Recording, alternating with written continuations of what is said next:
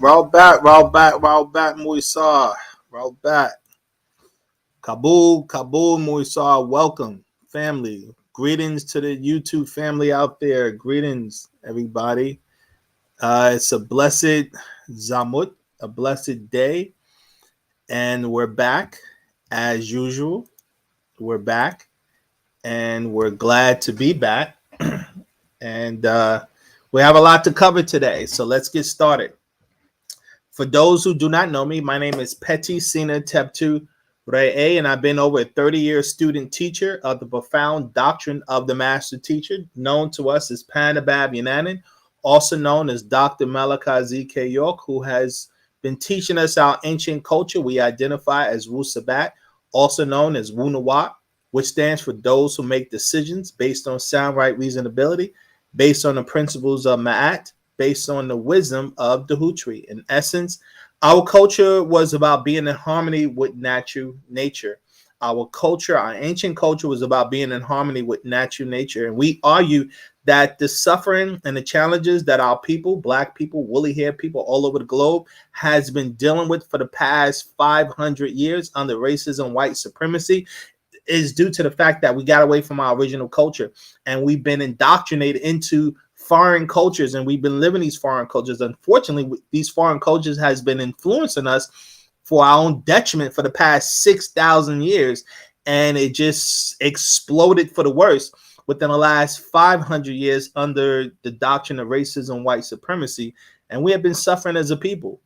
We've been truly suffering, and we argue the only solution to this problem is for us to get back to a culture that was designed to work for us, a culture that was designed to bring us back to our greatness as a people. And that culture is Wu-Sabat, that the master teacher has been trying to educate for now 50 some odd years. And I'm just one of many students.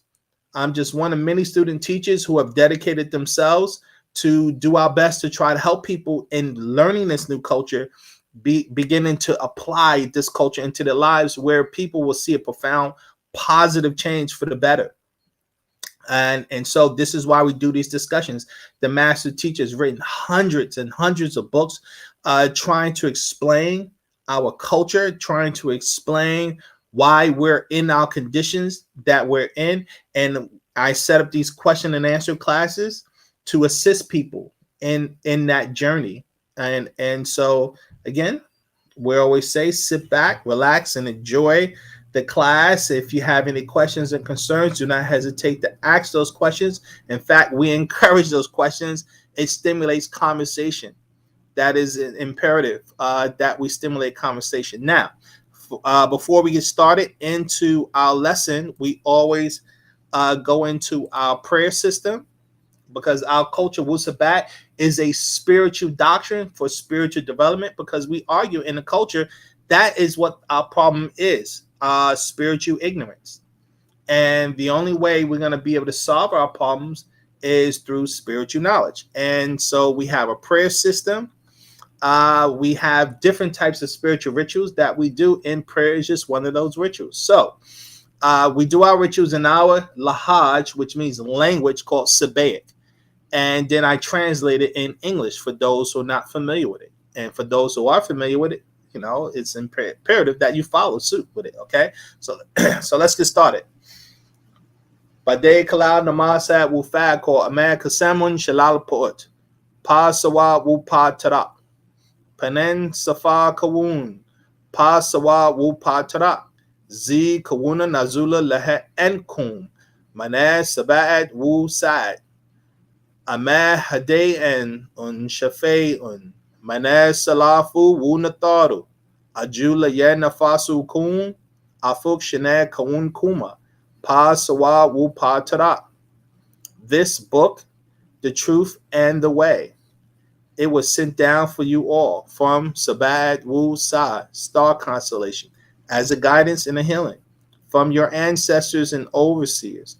Return to your own, accept what is yours, the truth and the way. And nun tawa enkum lahe panan shafe'un wu alaj. And nun tawa enkum lahe nasuinun. And nun tawa enkum lahe ashuk. And kum ata salafunun. And nun ata khadat ukum. And nun talub nasar kuma. And nun talub nasar kuma. And so nun sayim nataru. And so nun salafu nun. And nun ata munwapu. We thank you all for this healing and cure. We thank you all for not forgetting us. We thank you all for Ashuk. You are our ancestors. We are your children. We seek your help. We seek your help. Help us, divine overseers. Help us, our ancestors. We are Musba'u. Anun. Atun. Atun. Amun.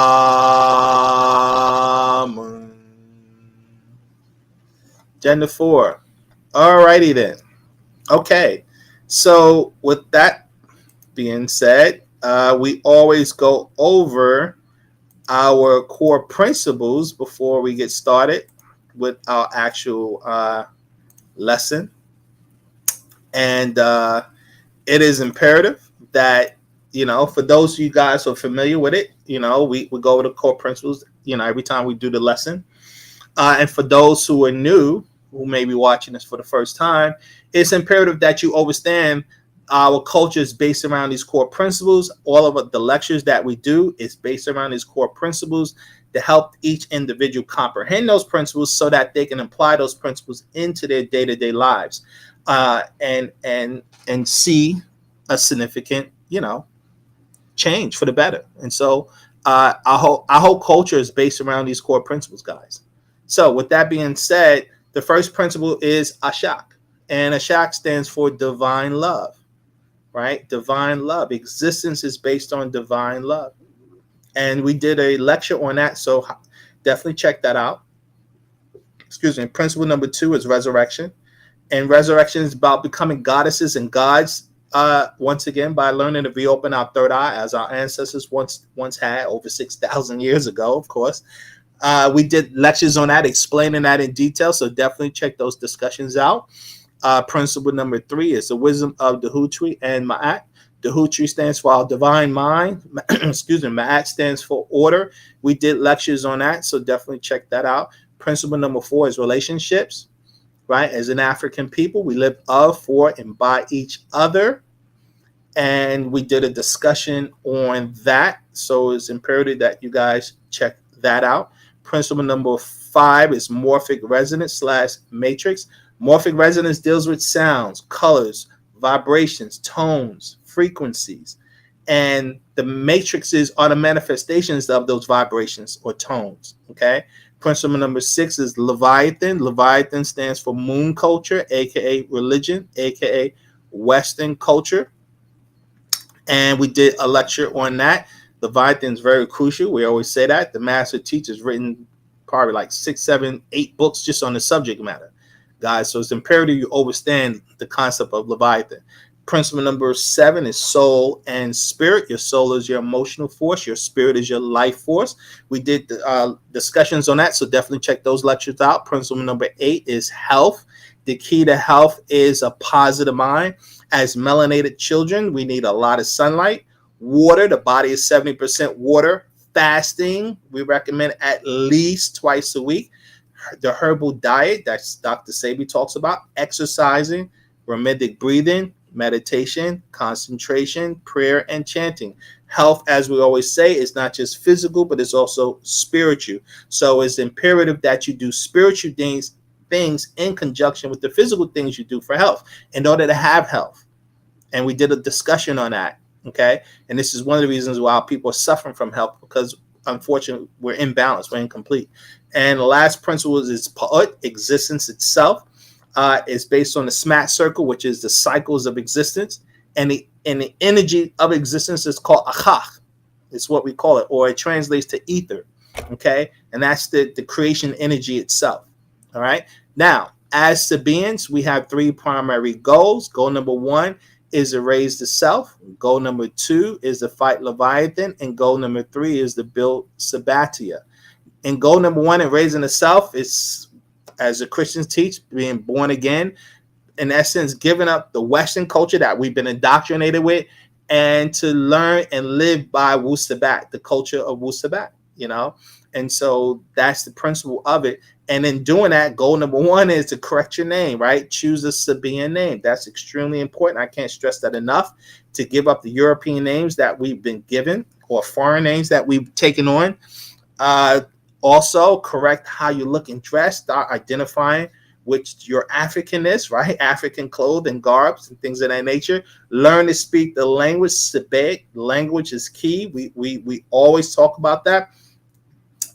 Study our doctrine every day, which builds your sound right reasoning skills. This is how you will effectively be able to make the changes in your life, by studying the information, right? So that's in key towards raising the self. You must practice and master our daily rituals every day in order to turn yourself inside out. So that's key. How else can you develop yourself spiritually if you're not doing the rituals every day? And you must always be positive. In order to accomplish any worthwhile goal, positive mind is key. Goal number 2 is fight Leviathan. We're at war with Leviathan. This is the forces that's we've been dealing with. And in fighting Leviathan, this includes working a free Panababianan, promoting Wu-Sabat, become a student teacher, and fight the 6 strongest weapons of Leviathan, which are ignorance, our fears, our ego, our angers, our lust / desires, and our lies / deceptions. These are the energies that Leviathan feeds off of. And these are the things we have to overcome within ourselves and within others. And the third goal of Wu-Sabat is to work to build Sabbati. We have to get our own lands in order for us to even live our culture. This is why it's so difficult for us, because we don't have our own lands. They've taken our lands from us, and we have to get it back, right? So we work to support each other in business, which is key. We help each other reach positive goals. We help to build our culture. We must set up a landing zone for Panatharu in Africa, which means we need land in Africa that would be supported by an African government. And Ashuk is the key to accomplish all our goals. Now, what does it mean to be a Sabian? A Sabian is someone who's thoughtful and cares, someone who is helpful and honest, someone who is responsible and hardworking, someone who demands justice and honorable, someone who is righteous and humble, someone who is positive and cheerful, someone who is loving and peaceful, someone who is kind and considerate, and someone who is neat, clean, and orderly.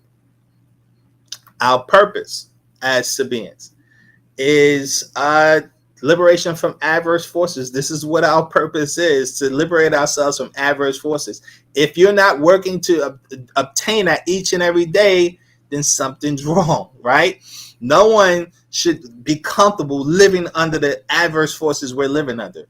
So with that being said, number one, we must take action each and every day to free yourself of 16th spirits inside and out, which includes Black people who are possessed by these spirit forces. 2, acknowledge and fight 6 ether from promoting capitalism, the gay agenda, miscegenation, the so-called equality of the races, and racism, white supremacy. And 3, learn, live by, and promote the laws/rules of natural nature. And each one teach one, guys. Each one teach one. Keep that in mind. Each one teach one. Okay? Word of advice, do not judge this doctrine by watching the behavior of Panabab Yanani nor his students. Judge this doctrine by the effectiveness of the information, aka information, that you personally put to practical use. This doctrine is based on self-authentication. Know that we are not preachers, but teachers who are dedicated to answering questions until there's a meeting of the minds between teacher and student, who then can work in unity, which is the only solution to our problems.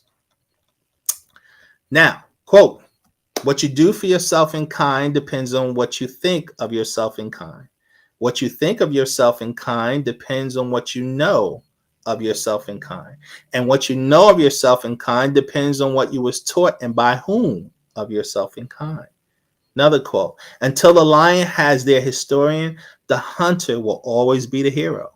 Last, the negative mind talks of what it can't and will not do for self and kind, always complaining about who they do not like or trust, whereas the positive mind always maintains the peace by not complaining about that in which they do not like, but focus on finding solutions to their problems, never allowing obstacles to get in the way of growth. Okay. All right. With all that being said, now today's discussion is how to raise your intelligence. How to raise your intelligence. And again, as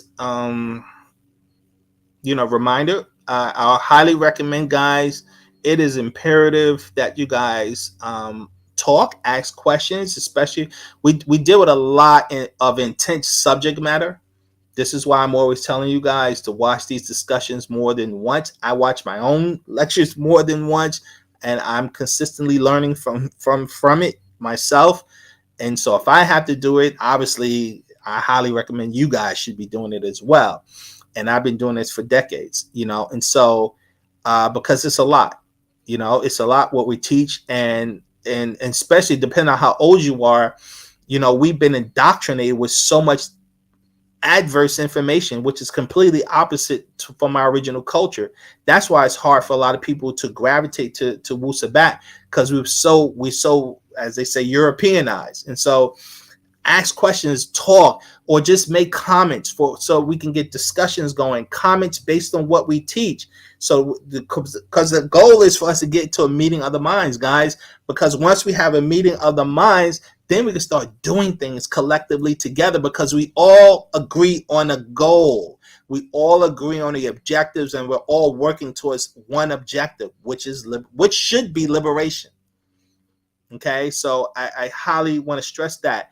Ask questions, make comments, because people obviously are not doing it enough, and we're not. I don't think we're really spreading the word, guys. We gotta get out there and spread the word about how powerful of what we're teaching and how important what we're teaching for our people to adapt to. So, with all that being said, let's get started. Question: what is intelligence? What is intelligence? Intelligence is the ability to make a decision or choice. Intelligence is the ability to make decisions based on your natural nature genetic makeup.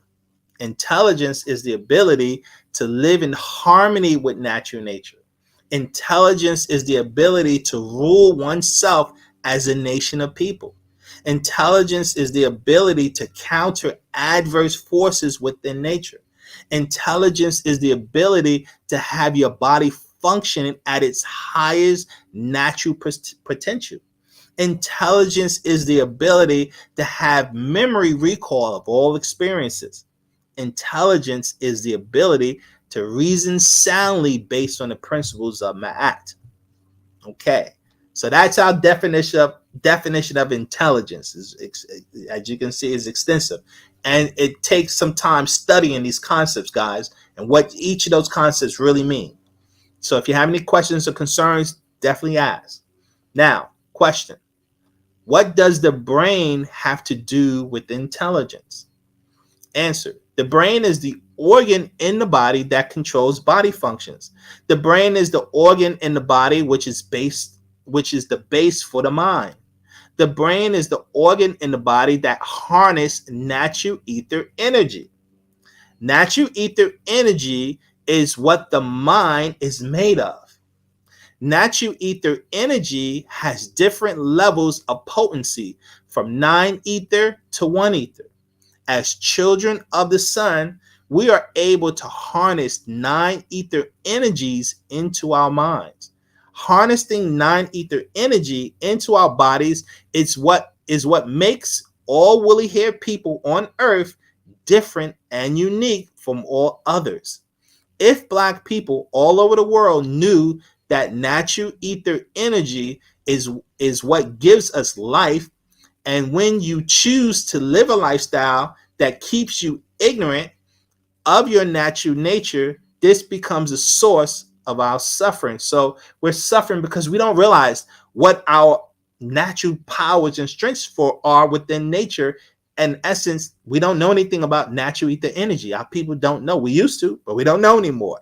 So this is the cause of our suffering, is what I'm saying. Now, decisions we make on a daily basis would change if we knew the science behind natural ether energy, and that it is the source of our life, power, and strength.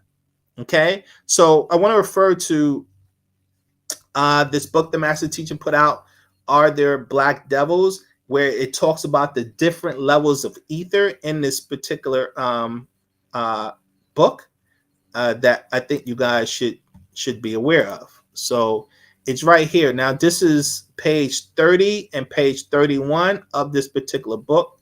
And I always like to show the front of the book. Are There Black Devils? This is a revision, revised book. This book has been, I think the first edition was like in the 70s. This edition that we're reading here, I think came out like in 2001, 2002. Okay, just so you know. All right, so now we're going to go to page 30 and 31. So it has a question here. Question: you mentioned spirit forces. What are the spirit forces? Answer: the spirit forces are, you have 1 ether spirit force equals demonic forces. Okay, so demons are like 1 ether spirits. Okay, guys. 2 ether spirit force equals reptilians, amphibians of the sea and air. 3 ether spirit force equals mammals or animals of the sea and earth. 4 ether spirit force equals the ape man or Homo genus. 5 ether spirit force equals mankind, the Caucasian beast of the field or goat fur, death, the devil, or Homo erectus, canines. 6 ether spirit force equals fire, unholy. It originates from the Draco star constellation called Hades or hell, the evil. 7 ether spirit forces equals earthly or unholy, goat fur, disease, mixed seeds, Indians, or Homo sapien. 8 ether spirit force equals water, an unholy goat fur, sick Mongolians or simians. 9 ether spirit force equals the wind or holy or lamb's hair, health, the Negroid eternal life from the Cyrus star constellation, the good spirit forces. And then you have 9 ether spirit forces that originate from the Orion star constellation. And it is referred to in the Bible as heaven or Uranus, the 7 heavens or Elohim. So they're talking about the different spirit forces and the different ethers that each spirit force represents, guys. So it's imperative that you are aware of that. Okay. And so that is important. We bring that out. And so again, remember the question, what does the brain have to do with intelligence? And the key is the different levels of ether that you represent is connected to your levels of intelligence. This is what we're trying to explain. And as we just showed you, there's different levels of ether. Highest level is 9 ether, and it goes all the way down to 1 ether. Okay. Now, the brain is the key organ in the body, which is the base for natural ether energy. And if one keeps their brain healthy, then one can learn to harness more ether energy, which is how one increases their level of intelligence. This is the key. And this is something the master teacher points out in this particular book called The Master Secrets, number 22. And I'd like to show you guys that one. And let's see if we can find it real quick. So this is the Master Secrets. Let's see, just so you can see it. Master Secrets. Number 22 is called Designer Genes. In our Lahaj language is Pa Rasem or Yachasat. That's the correct name for it. Pa Rasem or Yachasat. Designer Genes. Now, if you go here to page, what's that? Page 2 and paragraph 12, it says there is a misconception that the larger the brain, the higher the intelligence, which is actually incorrect. Paragraph 13, the higher intelligence is dependent upon the increased number of neurons in the damag or brain. So it's the neuron increase, and those neurons create what they call brain synapses, which is ether energy in the mind, in the brain. Okay. And this is how you increase your intelligence, by harnessing this energy in the mind. All right. So keep that in mind as we go through this discussion, guys. All right. So now let's go back to our lesson. Question: how does one increase their intelligence? Answer: natural ether energy is living creation mind or cosmic mind, or natural ether reasoning mind. Ether is the source of all intelligence within creation, for all is living mind or mental. Natural ether energy is what produces reasoning, and reasoning is living energy that creates all persons, places, and things, whether seen or unseen. There are 9 levels of reasoning, for there are 9 levels of ether. 9 ether is the highest level of reasoning, and 1 ether is the lowest level of reasoning. Reasoning is what creates all persons, places, and things, whether that which is created is of natural nature or unnatural nature. Reasoning is the ability of the mind to create or make things that are good or bad. All living things on earth have a certain level of reasoning, which determines the lifestyle of that which is doing the reasoning. If one has a lifestyle that puts them in tune with natural nature, then that is a high level of reasoning. But if your reasoning makes you crave money, fame, power, lust, deceit, food, etc., that is a sign of low levels of reasoning. Reasoning has 2 directions, which one is called ascending reasoning, which is a lifestyle that puts you closer and closer in harmony with natural nature. And then there is descending reasoning that disconnects you little by little from being in harmony with natural nature.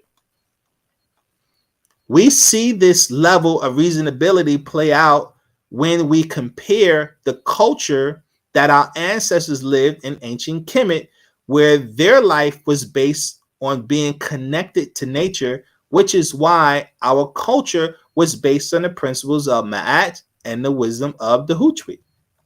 When we look at Western culture today, we see a lifestyle that can care less for nature, the earth, people, because the only thing that Western culture teaches is to do for self, not caring about the results of this kind of behavior. Okay. And I referenced this guy. I don't know if you guys ever heard of this guy by the name of Milton Friedman, but he was an economist back in the 70s. He was really big, and they was promoting him a lot and promoting his ideas and concepts in the 70s. And I bring him up because when you listen to someone like this, okay, Milton Friedman, this guy right here, the way they think, he's a capitalist. He's a hardcore capitalist, and they try to justify their culture, their system, as if it's good. And I don't know if I'm play. Maybe I could play a little bit of it, but it's the way they think, guys. And our people, we don't pay attention to how the Mukasu thinks. Their form of reasoning is what we would call descending reasoning, because they create cultures and they create a lifestyle that creates chaos, that creates problems, and they don't get it. And they think their system is beautiful and wonderful. And a lot of people worship this darn guy, Milton Friedman. Okay. So for those who have not heard of him, it is important that you take some time out to study. And if you want to get an idea or have some comprehension about capitalism. But let me see if I can play a little bit of him.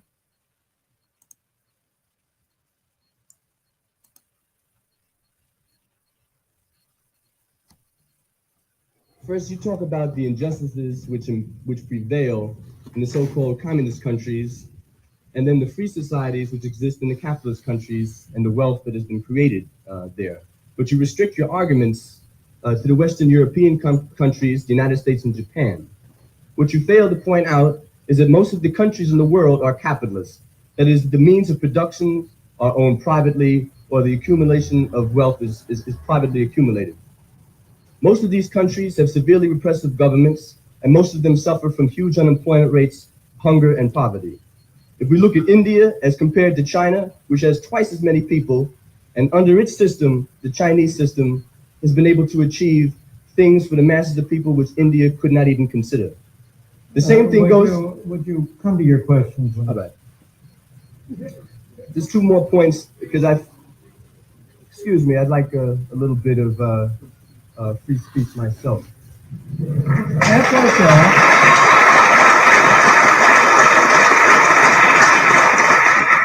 We don't want to deny you free speech. We just want to have as many people as possible. Thank you very much. And I think I agree with you, so let me finish. All right.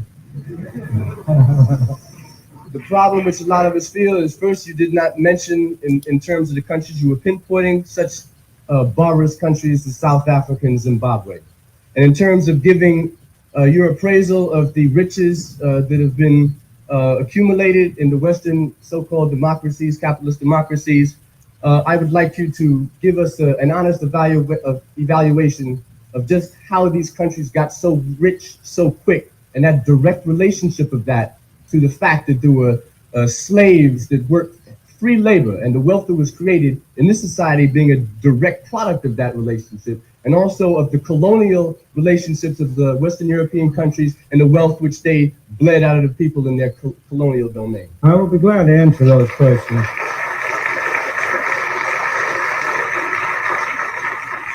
Now he's gonna lie because the guy's asking about white people getting rich off of slavery and colonism.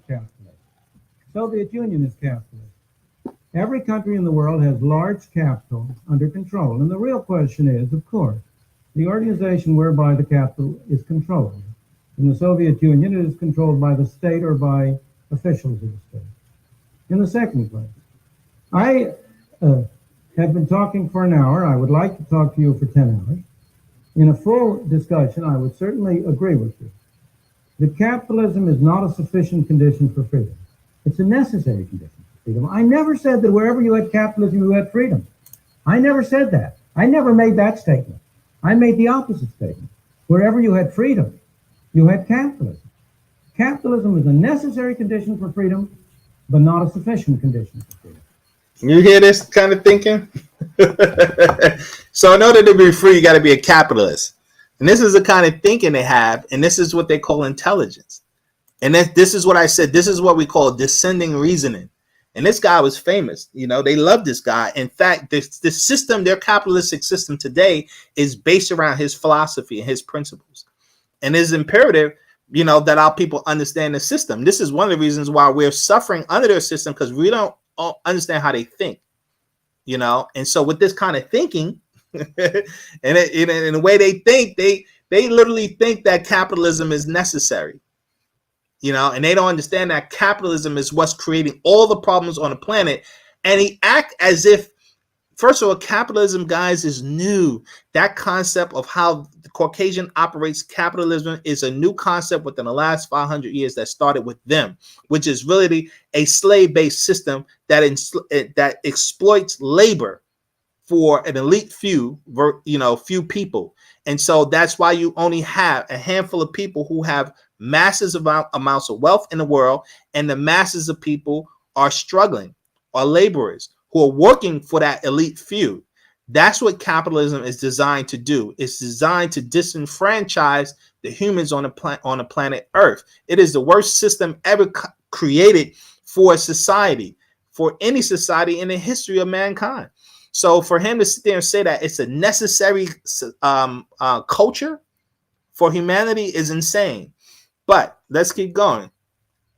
So when it comes to increasing one's intelligence, what is required is increased brain synapse flow by way of deep meditation, concentration, positive mental thoughts, and rhythmic breathing techniques. Okay, and so we're talking about, the question here was, how does one increase their intelligence? And so I'm trying to point out, one, the way we teach it versus how they think. Okay, how the Caucasian mind thinks and how they think about their system and their culture and their societies.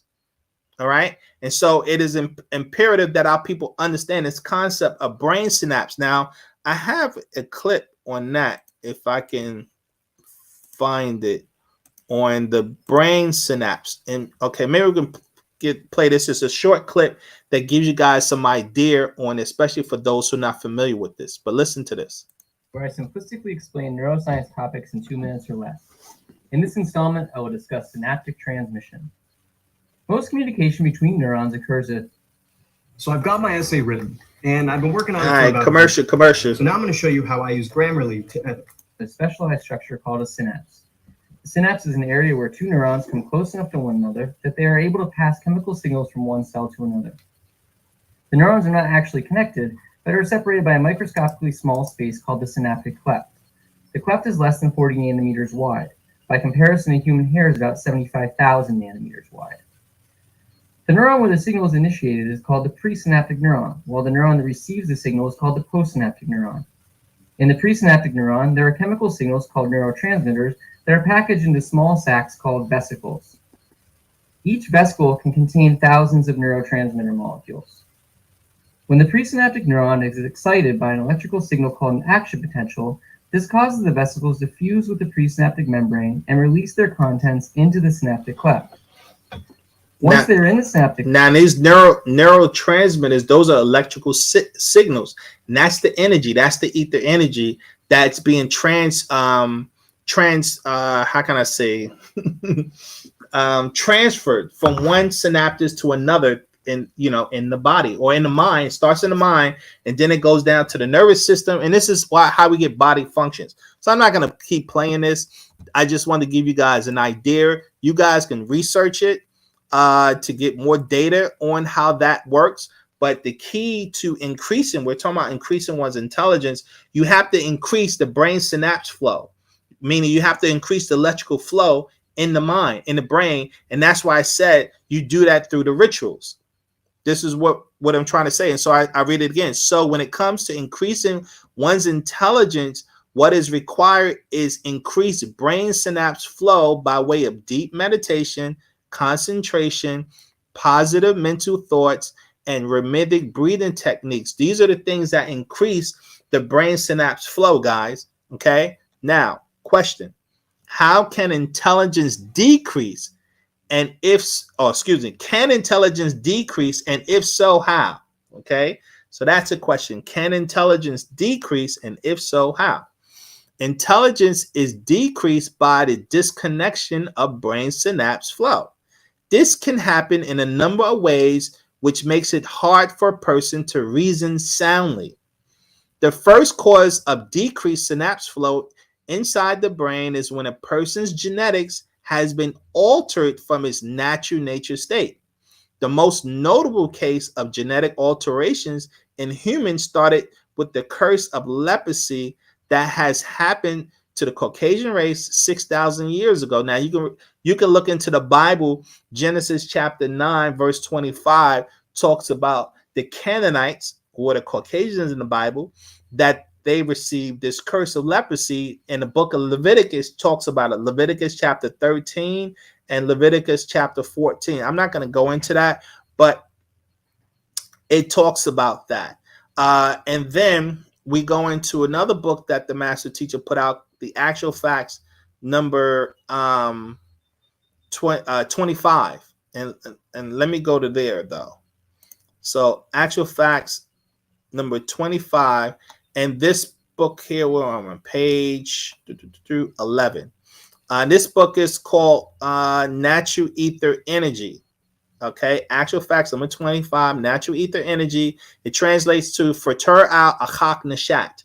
So that's the correct enunciation in our language. And so now if we go down to page 11 in this particular book, okay, what it's going to explain here, and let's see, we start at page 11 and let's see. Oh, we start, paragraph 86. It says, therefore, it is true that the rules of natural ether energies proclaimed by help of space or bara and other bada'at matters, materials of matter, and wakut time, space, matter, and time, guys. That's the acronym for the SMAT. Or that's where the acronym SMAT comes from, space, matter, and time. And the rules of dawa'at, cycles of nature. Okay, so it says, therefore, it is true that the rules of natural ether energies proclaimed by the help of space, matter, and time, and the cycles of nature. The brains, Frater al Achak Nashat, which is natural ether energies, are the prime mover in all nature brain, organizer in nature mind, producer in nature, and the first of the three matter space powers of vacuum of nature. So what he's trying to say here is that everything is based on natural ether energy. All of existence is based on that. There could be no existence without natural ether energy, guys. Okay, so he goes on to say, and so the things come into existence in the same way each time that conditions are the same and in accord with the natural nature of nature. Now, Nawapians, know this. Your brain is a reproduction factor meltdown point and emanation source for natural ether energy. So our brain is harnessing natural ether energy. Okay, and this is what the brain synapse flow is all about. It is imperative that we understand that concept. I can't stress that enough, guys. It is imperative that we understand that concept. You know, the concept of natural ether energy and how to harness this into our minds, right? Then he goes on to say, let's see. We're going to jump down to paragraph 94. It says, it is an actual fact that brain is indeed the generating battery, which is supplied with a flow of brain ethers from the circulating blood in the body, and invisible brain ethers are the natural electricity in the brain as synapses, sparks, and melt down for thought and creativity. Okay, and so again, he's repeating that again, that the natural ether energy, which is the brain synapses, which is the electricity of the mind, and this is how we get our thoughts, our thinking, our creative mind. And he says, paragraph 95, reason is the frater achat, natural ether and concentrated mind that brain produces in the blood by way of its heart and lungs. And the mind energy reason creates all persons, places, and things by help of mu'achahu, etheric beings. So this ether energy is reason energy. That's why we say all is mind, because creation is mental, and it's mental is high levels of reasoning or nine reasoning. Okay, and so that is imperative. Hold on for a second, guys.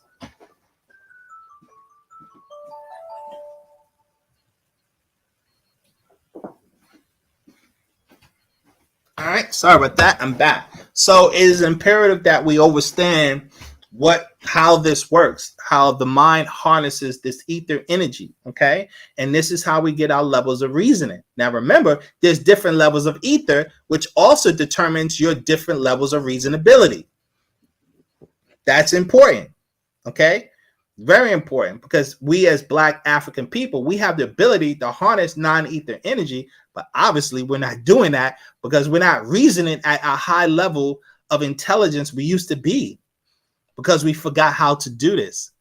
Okay, and so he goes on to say, who themselves, he's talking about the spirit beings who assist in creation. Okay, these are high advanced beings, energy beings, spirit beings who assist in creation, who themselves are various degrees and forms of concentrated mind known as ether energy reason, who is the offspring of brain natural ether energies in their tazuz al vibrational level in their dimensions. Know that light in other dimensions is not the exact same as light in this one, protected by gravitation, or this planet would burn up from the sun's rays. So it is an actual fact that you see brain and cannot see brain ethers. However, you can see with brain ethers by way of the eyes receiving light, and also brain physically and mentally. You all do see with brain ethers, and they cause all matter to be relative throughout infinite existence. And as I stated already here, brain ethers are the same throughout all material. However, the actual fact that I did not make a point that brain ethers include Ayash male and Asha female factors that determine the gender or sex of their creature or creation, which is the same as saying the growth or growth production. Okay, so that's important to know. So there's gender within these ethers. This is how you have manifestations of female species versus male species in all throughout existence. Okay, so that's imperative to understand. So let's get back. Okay, so another reason for decrease of intelligence is the alteration of your genes due to racial mixing, bad foods, bad or toxic environments, and negative influences due to the culture that you live. So these are the ways of how people decrease in intelligence and are cut off from their original abilities to harness ether and reasoning into their minds due to all of these different things has an effect on us. Now, the science of epigenetics explains how genes are dynamic and are subject to change based on your lifestyle choices caused by the environment or conditions that you may live in. Okay, so we've talked about epigenetics before, and epigenetics is the science where it introduces to people that genes are always changing. This is where the concept of evolution comes into play, where they say at one point humans look like monkey-like creatures, and now look at us today. Obviously, in order for us to transform from one way we used to look millions of years ago to how humans look today, obviously that's telling you the genes changed. There's an alteration in genetics through nature. Okay, so this is an actual fact that happens. Okay, so that's important to understand. Now, keep in mind, when we say intelligence, we speak of your ability to have your five senses plus others operating at a normal to high level for awareness of your environment that you are exposed to. When your senses decrease, this also means that your awareness decreases. When your awareness decreases, this means that your reasonability decreases. A person who has 20/20 vision will make better sight decisions than a person who has 50/50 vision. Your sense perception has everything to do with your ability to reason soundly, which is the base for your intelligence. In regard to human senses, they say that people have 5 basic senses, which is incorrect.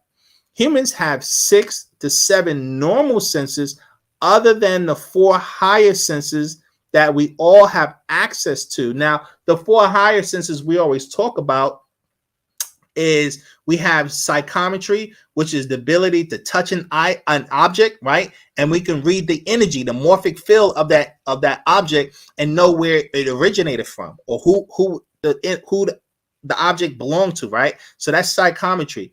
That's one sense we have that's dormant. Then we have telepathy, right? Which is the ability to speak mind to mind. We wouldn't need cell phones. Once we restore our telepathy, there'll be no cell phones, would be obsolete. This is an ability we have. It's dormant. We don't use it anymore. Then we have psychometry, right? Psychometry is, I just said this, I'm sorry. I did psychometry first, and then we did telepathy. Then you have clairvoyance. That's to be able to see into the other dimensions. Clairvoyance. So we used to have that. And then intuition. Intuition is to be able to perceive something's about to happen. You know, Spider-Man has that. The spider sense. He has intuition. So these are dormant senses they used to be active that aren't active anymore because our third eye closed and we lost access to these other senses. But you have when they say you have 5 normal senses, see, hear, taste, smell, and touch, you actually have 6 or 7 normal senses, not 5. 6 or 7 normal senses. So, right, so we go on to say, right, humans have 6 to 7 normal senses other than the 4 higher senses that we all have access to. Now, sense number 6 is thinking, guys. Thinking is a sense. Thinking, which gives people the ability to figure things out based on their situation. Thinking is a sense. Question, Gawada, does speaking Sabaean increase the flow of brain ether energy? Absolutely. Absolutely. Speaking our Lahaj literally increase the ether flow in the body, because when you're speaking our language, that's why our language is based on tones, harmonics. Okay, it raises the vibration of the language. That's what the master keeps saying. We got to learn the language. We got to speak the language. Got to speak the language. That is key. I'm glad you asked that question. Excellent. That is key. I wish I wrote that down. Speaking the language is key. Okay. Now getting back to thinking is a sense, the ability to think. All humans think on earth. They think about all kinds of stuff. Okay. We think about, you know, watching TV, eating food, brushing our teeth, going to the store, going and see a family friend, or, you know, a family or a friend. We think all kinds of things. We think about making movies, thinking about getting this job, thinking about quitting a job.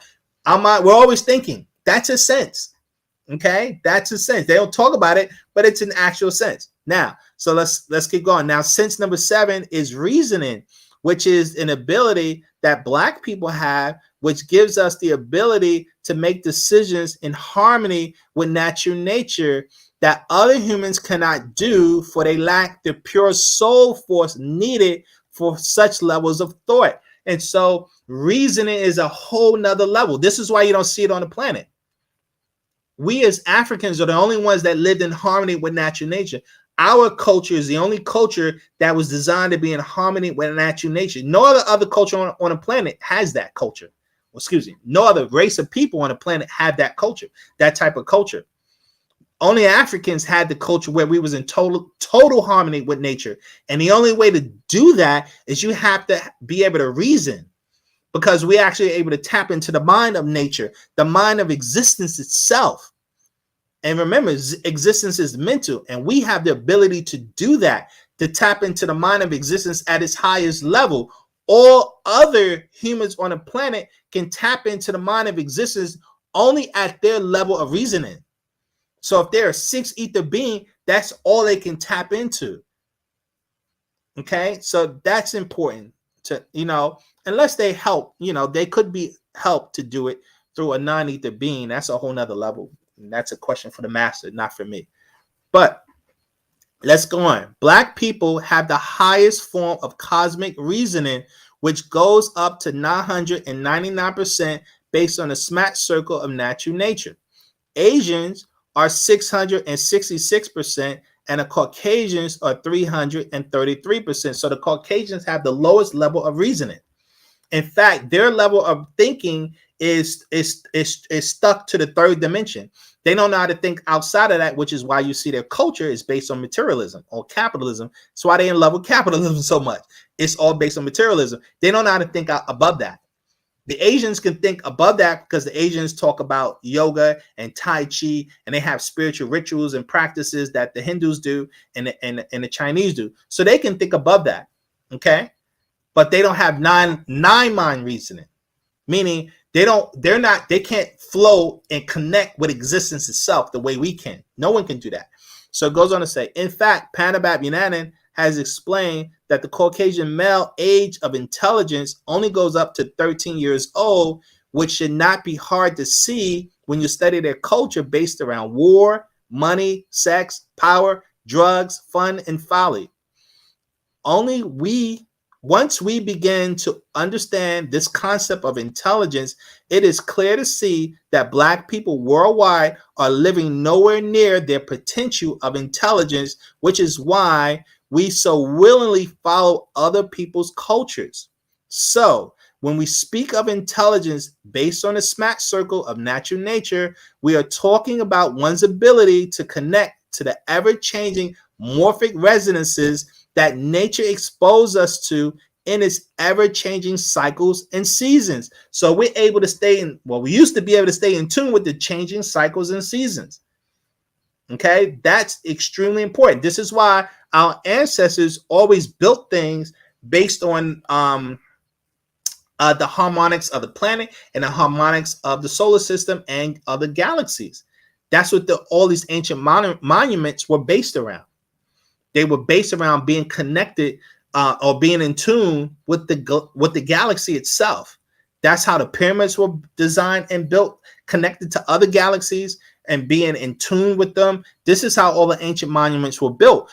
And that's what the master called us solar biologists. Okay. And so now when you go to the book we put out, Actual Facts number 13, this is where the master teacher addresses that issue. This is Actual Facts number 13. I'm on page 6, right? And so just so you guys can see it, Actual Facts number 13. This is called The Nuwapians Ontologists of Time.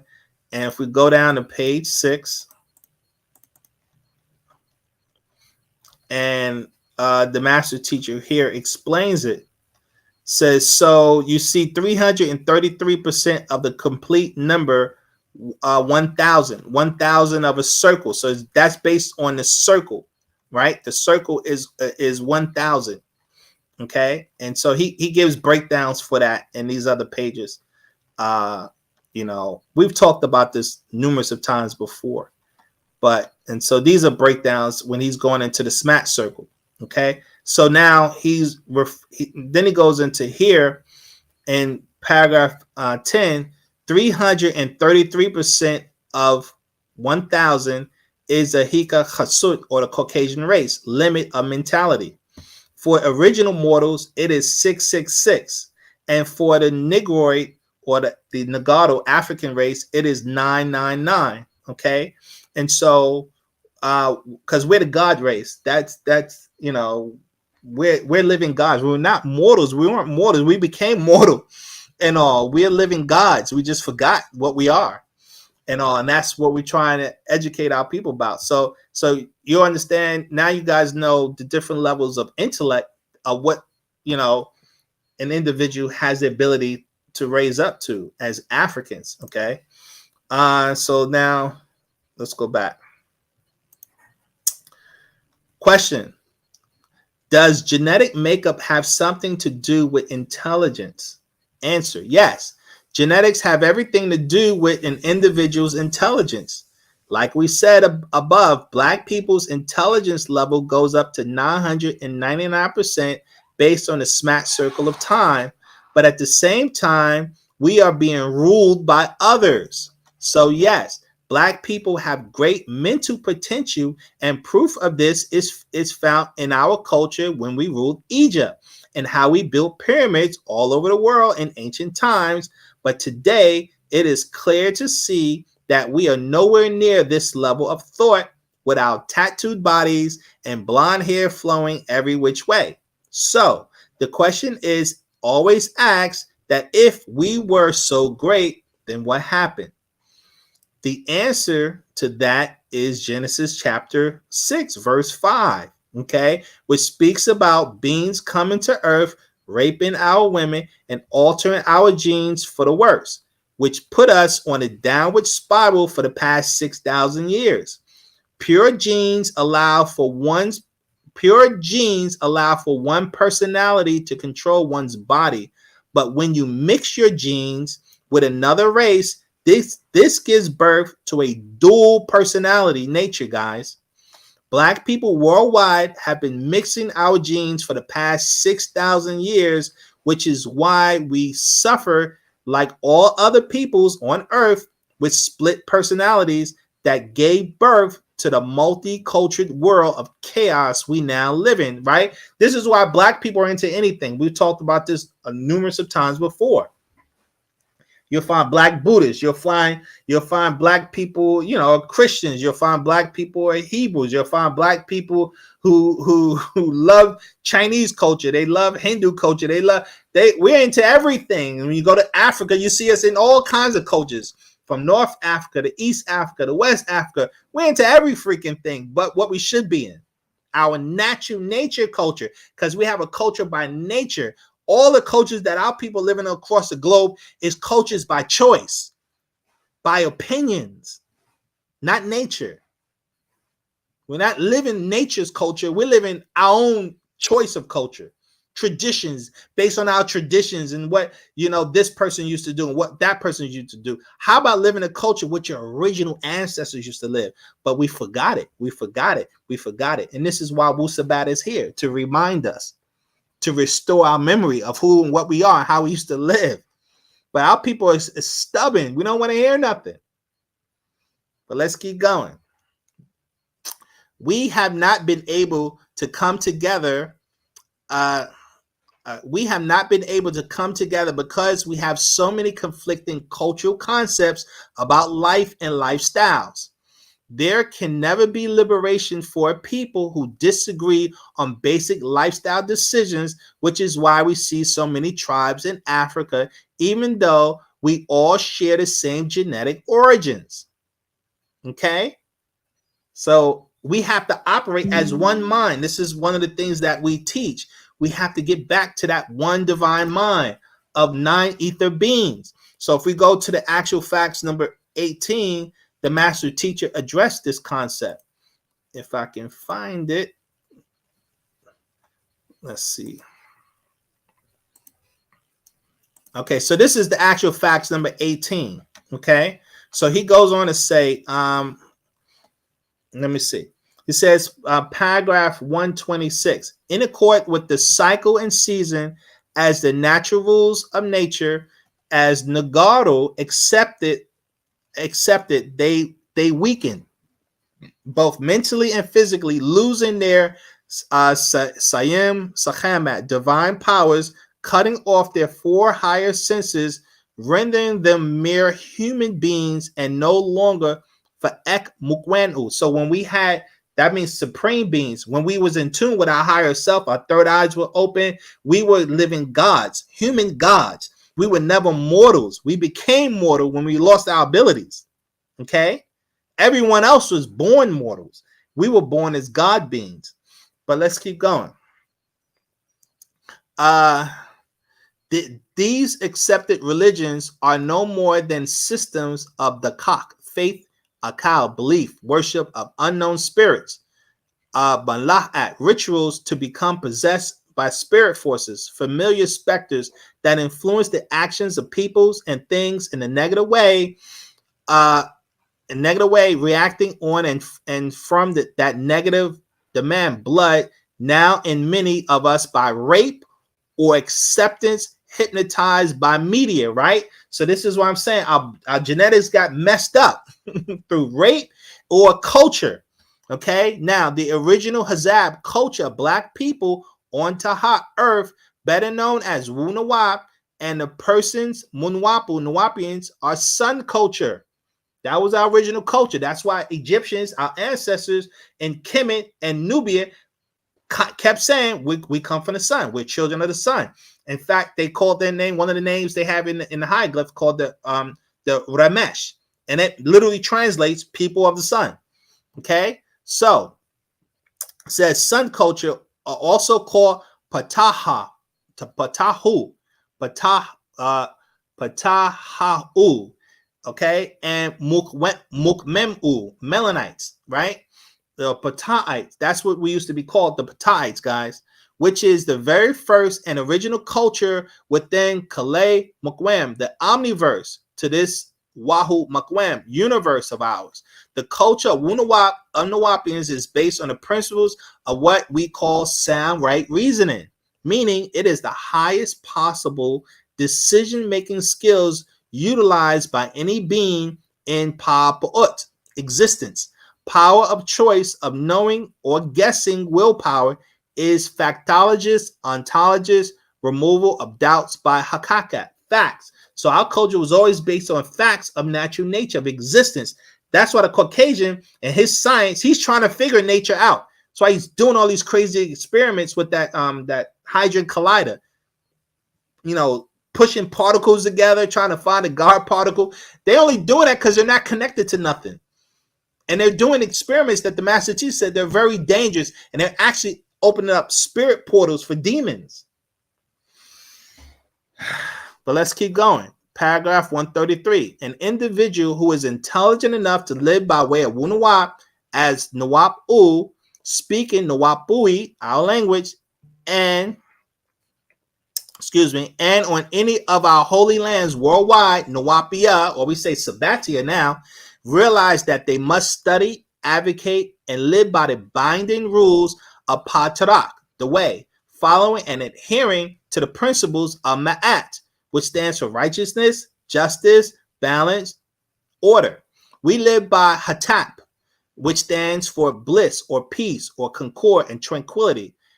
We as Nawapians live for, of, and by each other.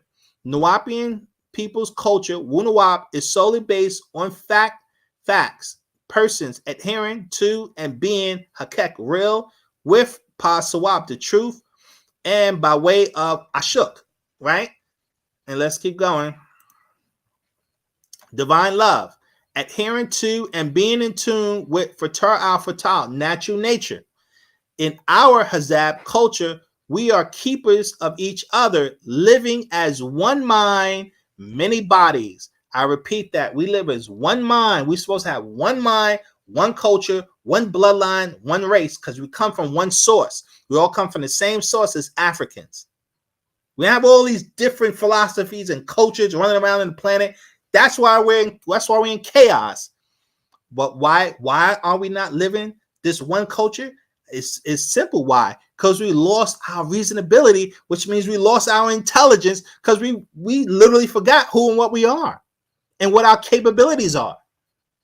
And this is the responsibility of every student of Wu-Sabat, to educate our people of what their capabilities are and how to increase your intelligence level.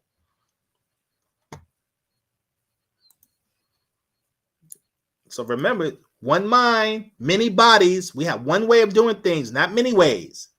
Okay. So let's see. Let's go back. Let's go to the Black Devil book, because it goes into that too. Page 89.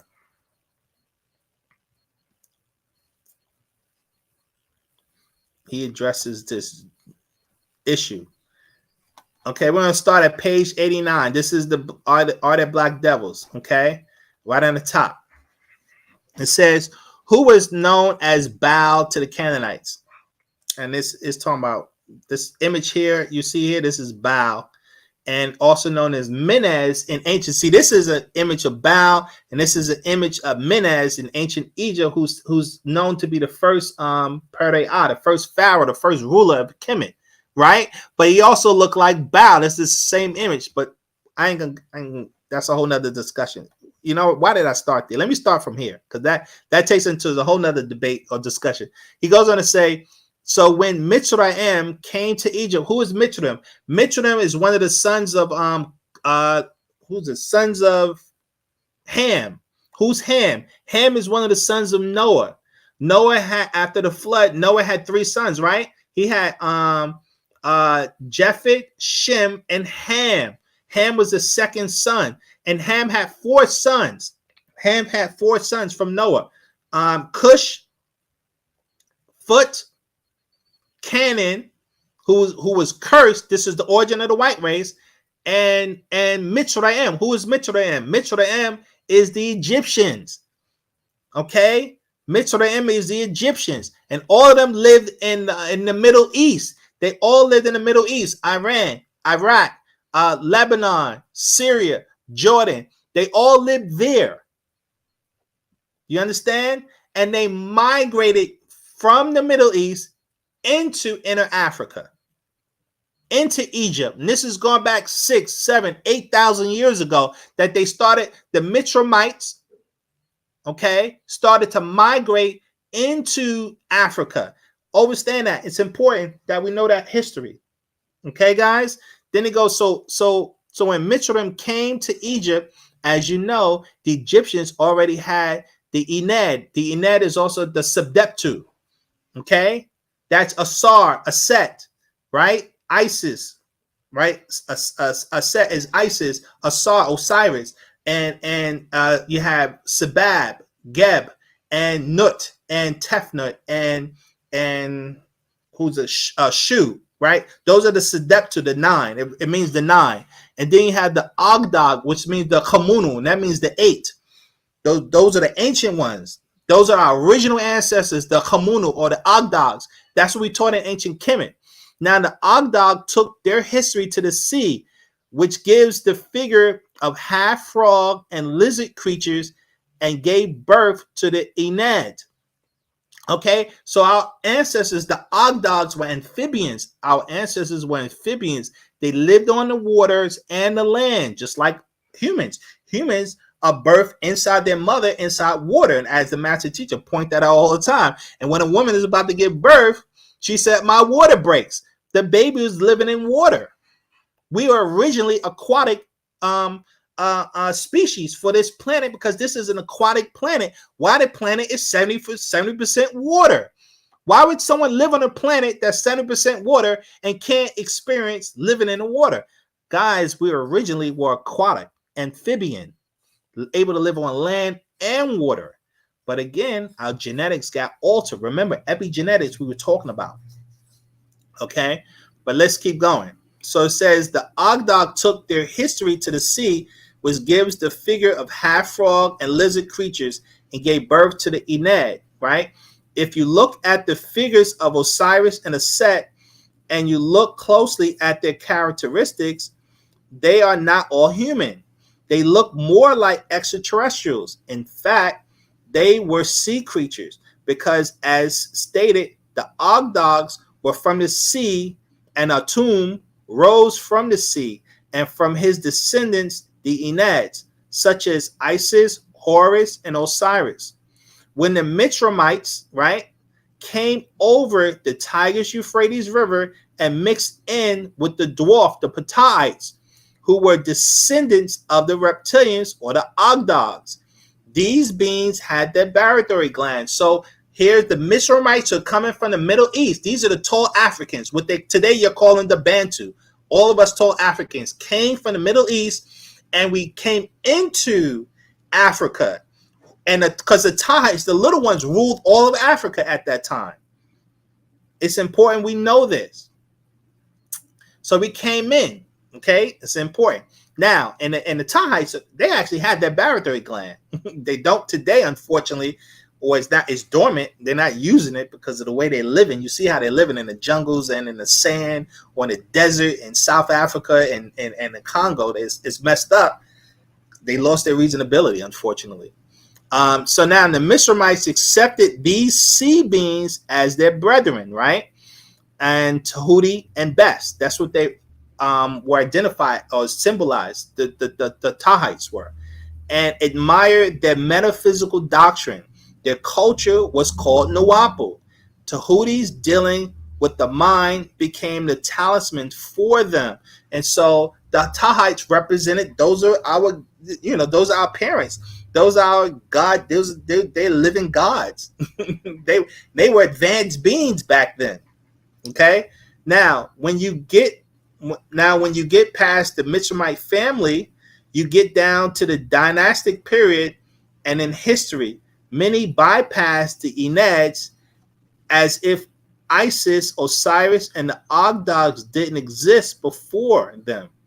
This is another trick that Euro-American historians like to play. Rare, because they never tell you about pre-dynastic Egypt. They just ignore it, because if you do research, you'll find out. I think they call it the Turin Papyrus, right?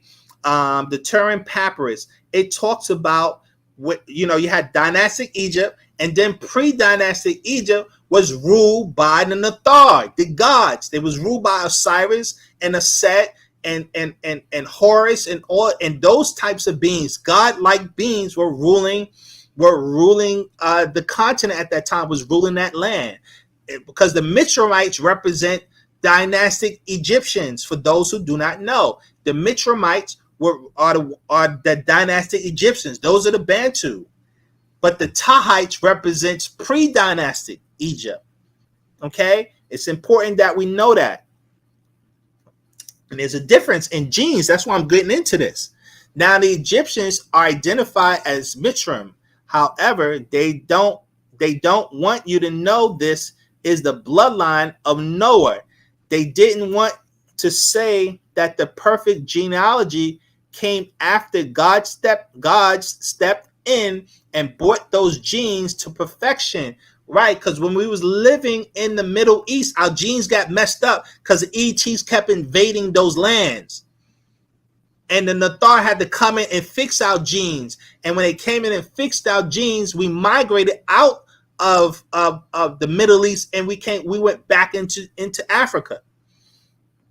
So he says, as was done to Seth, he says, Genesis chapter 4, verse 25. This was done purposely because Enos was also a Negro, being a son of Seth. Genesis chapter 4, verse 26 talks about it. This is how we got back into the seed of Adam.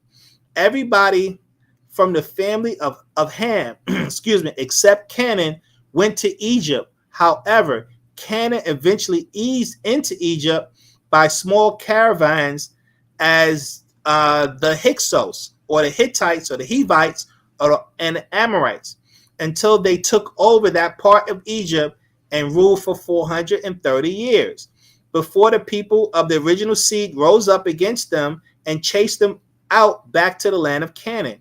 Now, guys, and this is the origin of the Jews, by the way. That's why the Jews got our spiritual science, because they was living in Egypt at that time as the Hyksos.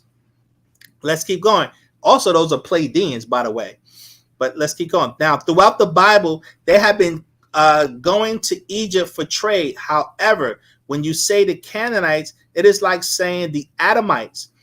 There were tribes of Canaan that all became separate tribes. They mixed throughout Europe. However, Canaan had his own tribe and mixed in with everyone and became the nation of Mutts. Now, the Adamites are East Indians, guys. The Adamites are East Indians.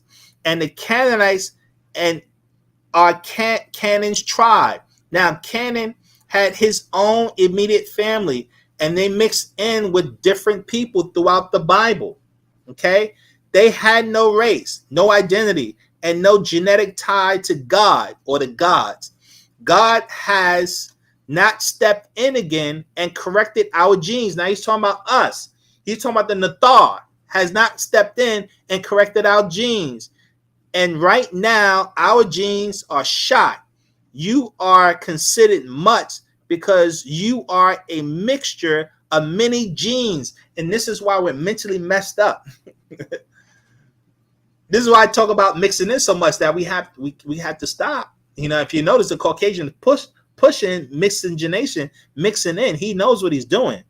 And we don't realize it. And we think it's cute because we want to have cute babies with curly hair and light eyes. And we don't realize you're weakening your genetics. The master's been explaining this since the beginning, since the 70s. He's been telling us this. But do we listen? No. I think a lot of it is because us students haven't really been teaching this. I honestly don't think we've really been teaching this effectively. At least we haven't been doing it effectively the way we should, you know, because our people need to know these things. But let's get back. Oh, you know what? One more thing in this same book. Let's go down the page, you know, because we got these mixed up genes, and the master talks about, he addresses that again. And it's important to know. Right here, he says, because of those mixed up genes, he said, the devil is in your genes. You have to perform your own exorcism to get it out. That's the point.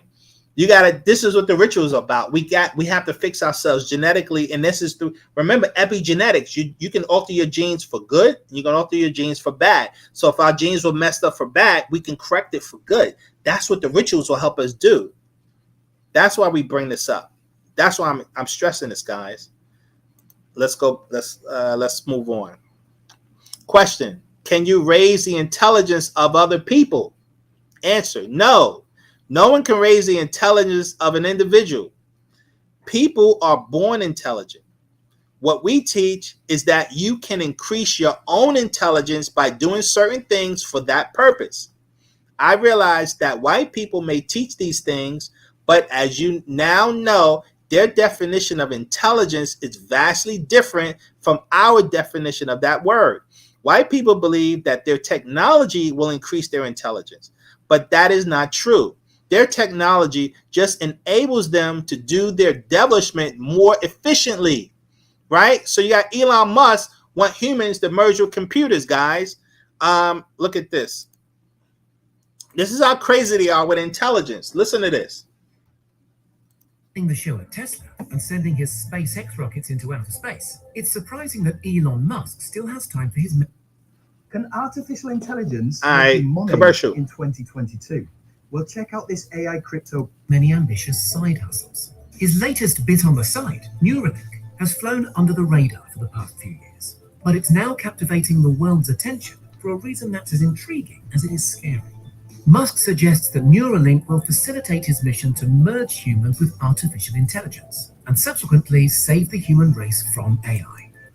Okay, so he wants humans to be merged with computers. He wants your brain to be merged with a computer. Yeah, it is. Go research it. He talks about it a lot. He's not ashamed to say that insanity. This is their level of intellect. This is how they think they're going to increase their intelligence, guys. And I'm warning y'all. Y'all must teach this to our people. They don't understand what we're dealing with. You know, it's imperative that we get this information out. It really is. So go right here. Let's see. The master teacher put out, where we at now? If I can find it.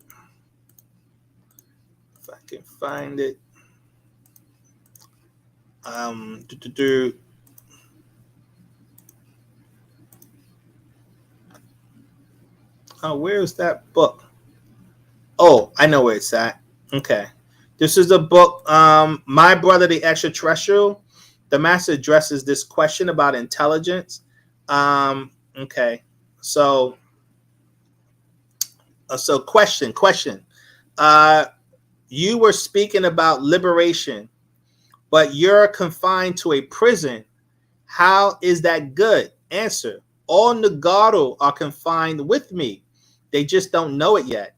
Our Salau or race is confined in a prison of alien religions and or culture and buried in a grave of adverse ignorance. Question: You mean when you're free, we all will be free? Answer: Yes.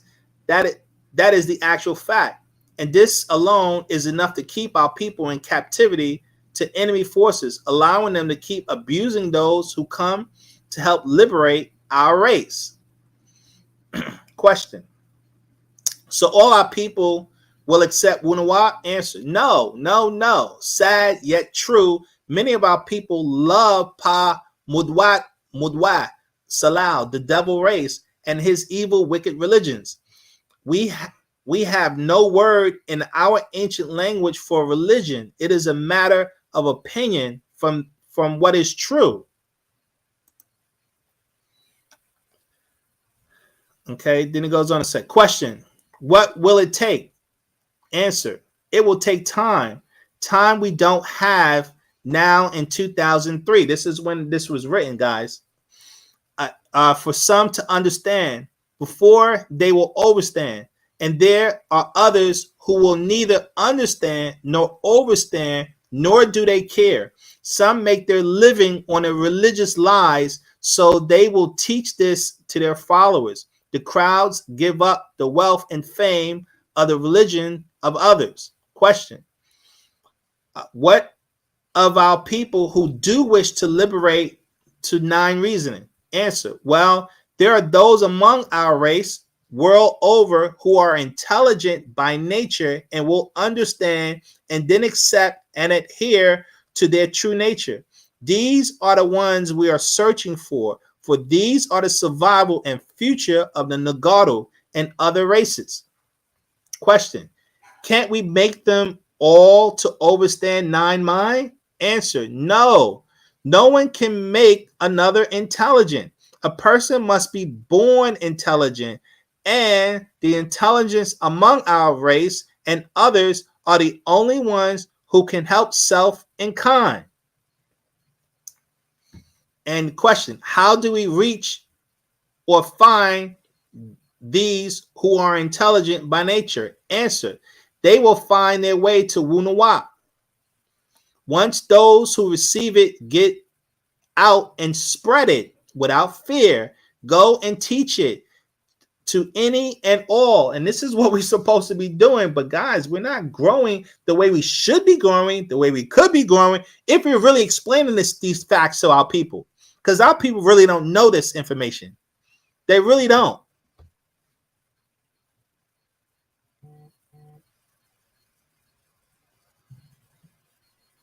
Question: How does one overstand and find a Sabaean name?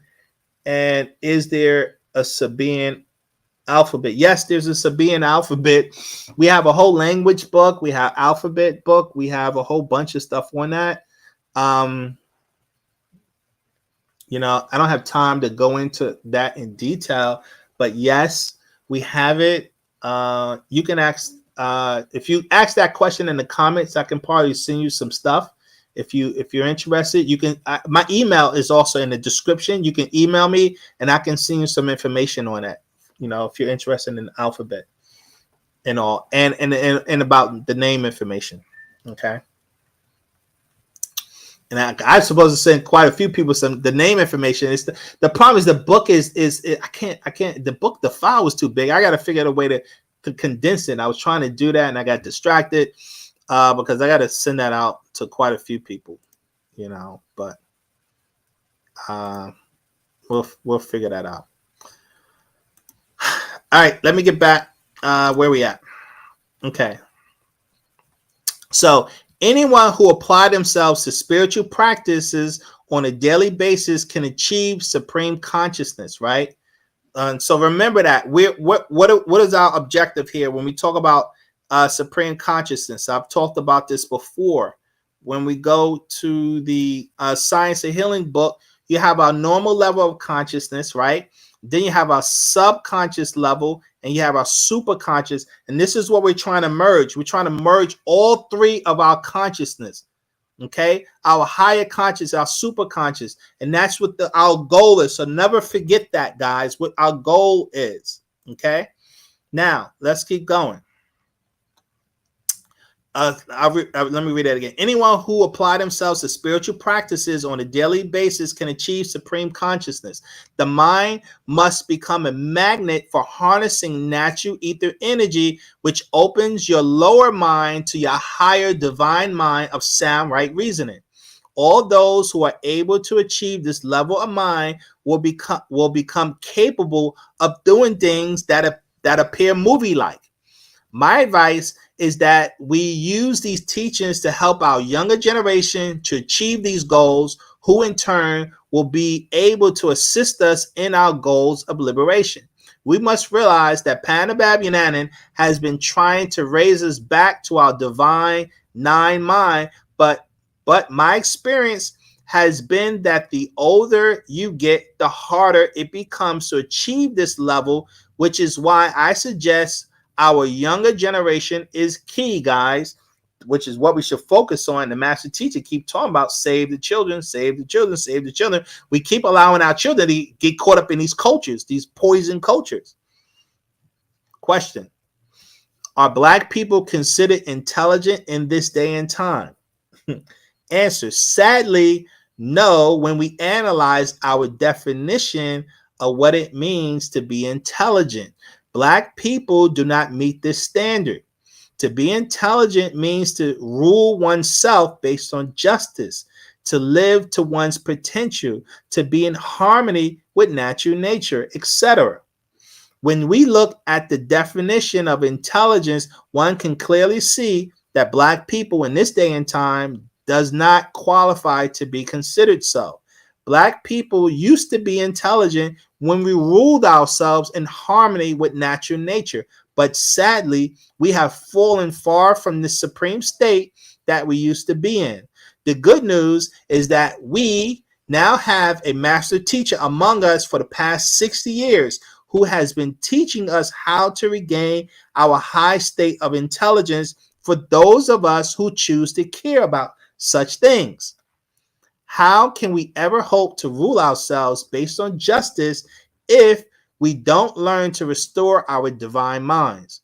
Our ancestors / overseers understand our situation, which is why they sent us a master teacher for this purpose. But it is up to us to apply what we have been taught these past decades. If we choose to ignore right knowledge, then we will continue to suffer until there is a generation born among us who choose to embrace right knowledge, which gives us the necessary intellect to liberate ourselves. Until Black people overcome our biggest problem of worshiping unseen spirit forces introduced to us by foreigners, we will not achieve mental liberation of regaining our divine nine mind of rulership. Question: what would it be like once we are functioning at our highest level of intelligence, aka our nine mind? Question: what would it be like once we are functioning at our highest level of intelligence, aka our divine nine mind?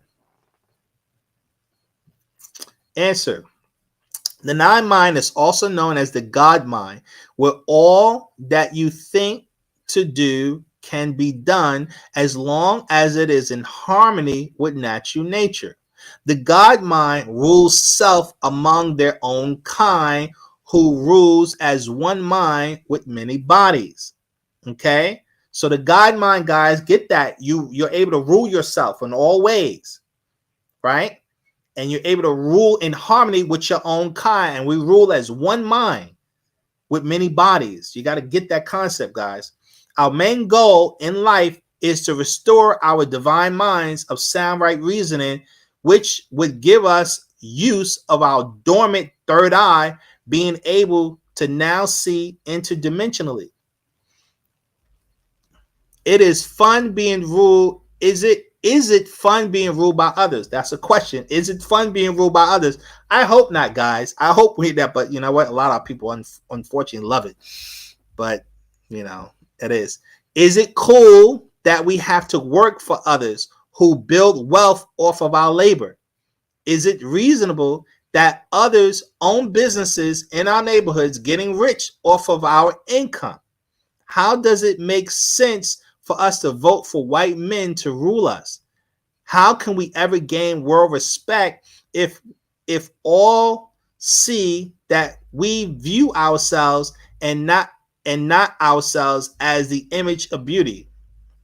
Let me say that again. How can we ever gain world respect if all see that we view others and not ourselves as the image of beauty, right? Our power within can manifest once we learn to overcome the lower forces that plague us, and then our greatness can shine forth for all to see. The master addresses this about our greatness, our abilities, what we can do. In the Master Secrets, number 2. Let me see. Let me go here.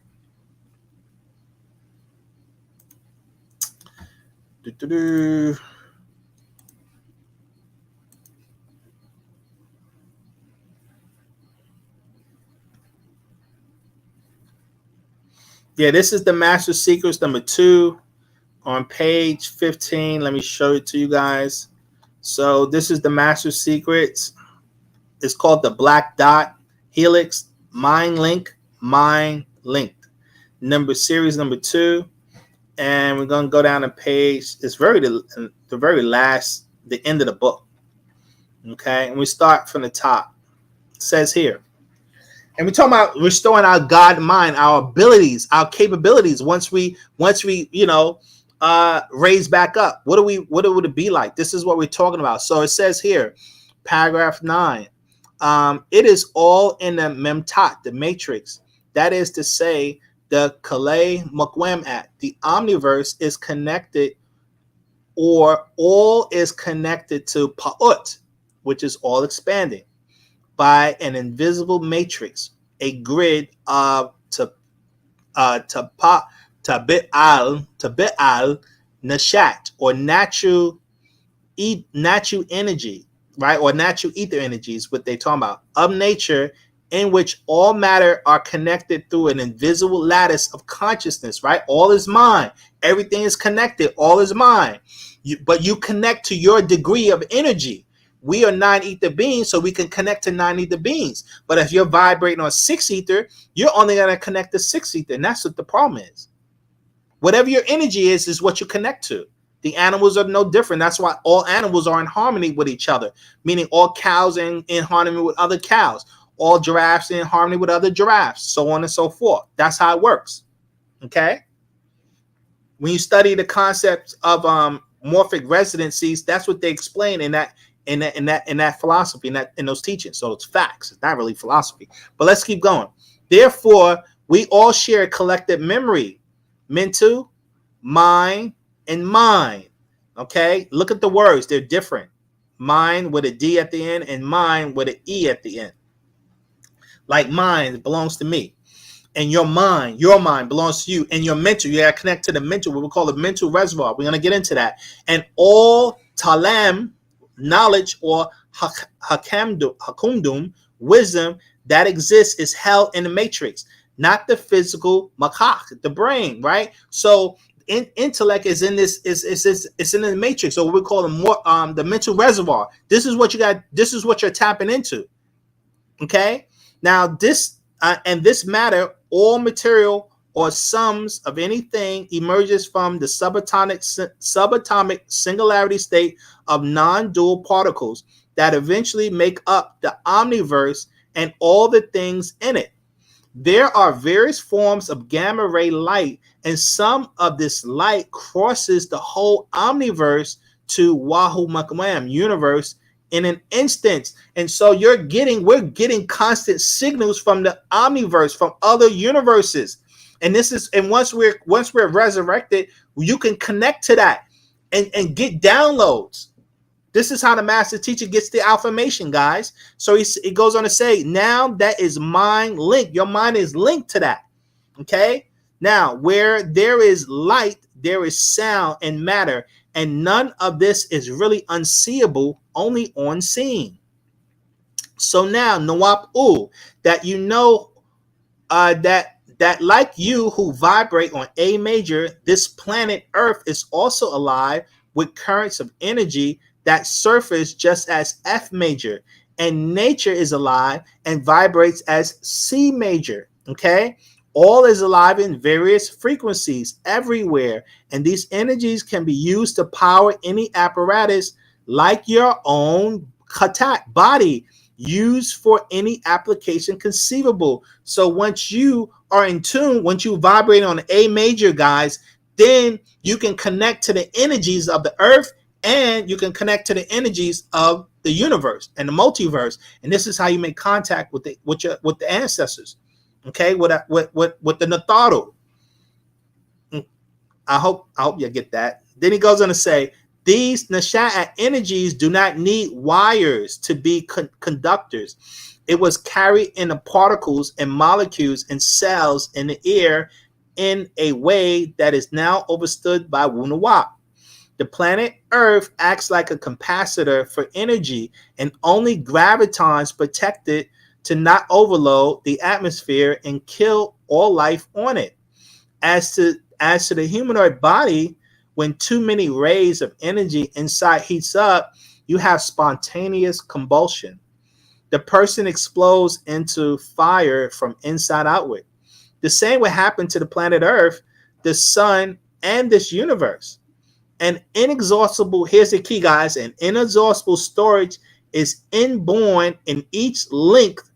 In each linked, we are linked to the original energies of black matter and black energy before it became light in and form, right? So we're connected to this black matter and this black energy, and it's an inexhaustible storage of inborn in each link to the original energies of black matter and black energy before it became light in and form. These forms of energy can be measured, and you must learn how to control your inner and outer powers linked to the omniverse by your body, the instrument of sound and voice. So he's talking about how when you have to learn how to raise your energies, your vibrations, you're connected to to these divine energies or non-ether energies, the blackness. We just have to learn how to tap into it. It's a potent power. We're very powerful. We just forgot how to connect to our power, right? So all sound energies creates patterns in materials, be it sand or water or air. Low frequencies create more basic circular patterns as time does, at cycles of years, while at frequencies make more complex patterns. So in actual fact, NoopooH, each frequency of natural nature's energy manifests in a unique pattern of its own. This is the matrix. These are different matrices from the morphic resonant field. So you have this morphic resonant vibration energies through nature, and it manifests as different objects. And so all species, whether it be a bird or an insect, a roach, a plant, a tree, a banana, they all have a matrix of its creation, because everything is based on energy. We used to be able to tap into this morphic frequency, and we see these matrices. That's when you see in ancient architecture, you see them draw these different types of patterns, because those are objects. This is how certain beings are able to communicate with certain types of symbols. These certain symbols will tell them exactly what an object is or what something is. We used to have that knowledge. We lost, unfortunately. All right, so let's keep going.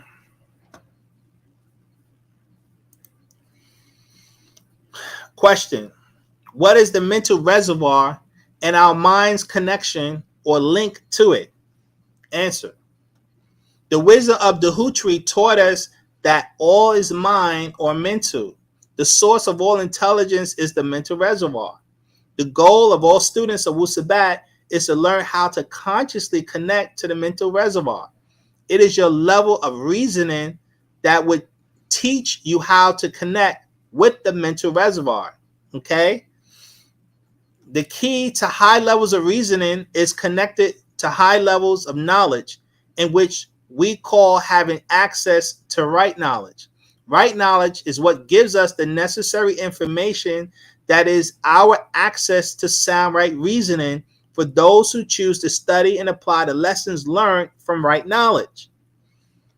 What I'm saying is that if you want to raise your level of intelligence to solve all your problems in life, then you must study right knowledge, which in turn increases your reasoning, which in turn connects you with the mental reservoir, which is the source of all intelligence, which is known as the philosopher's stone. You know, that the Caucasians call it that. We call it the Maf Kozat. Okay? We call it the Maf Kozat. Now, if you refer to what is NoopooH, page 10, the master addresses this in that particular scroll. Let's go there first.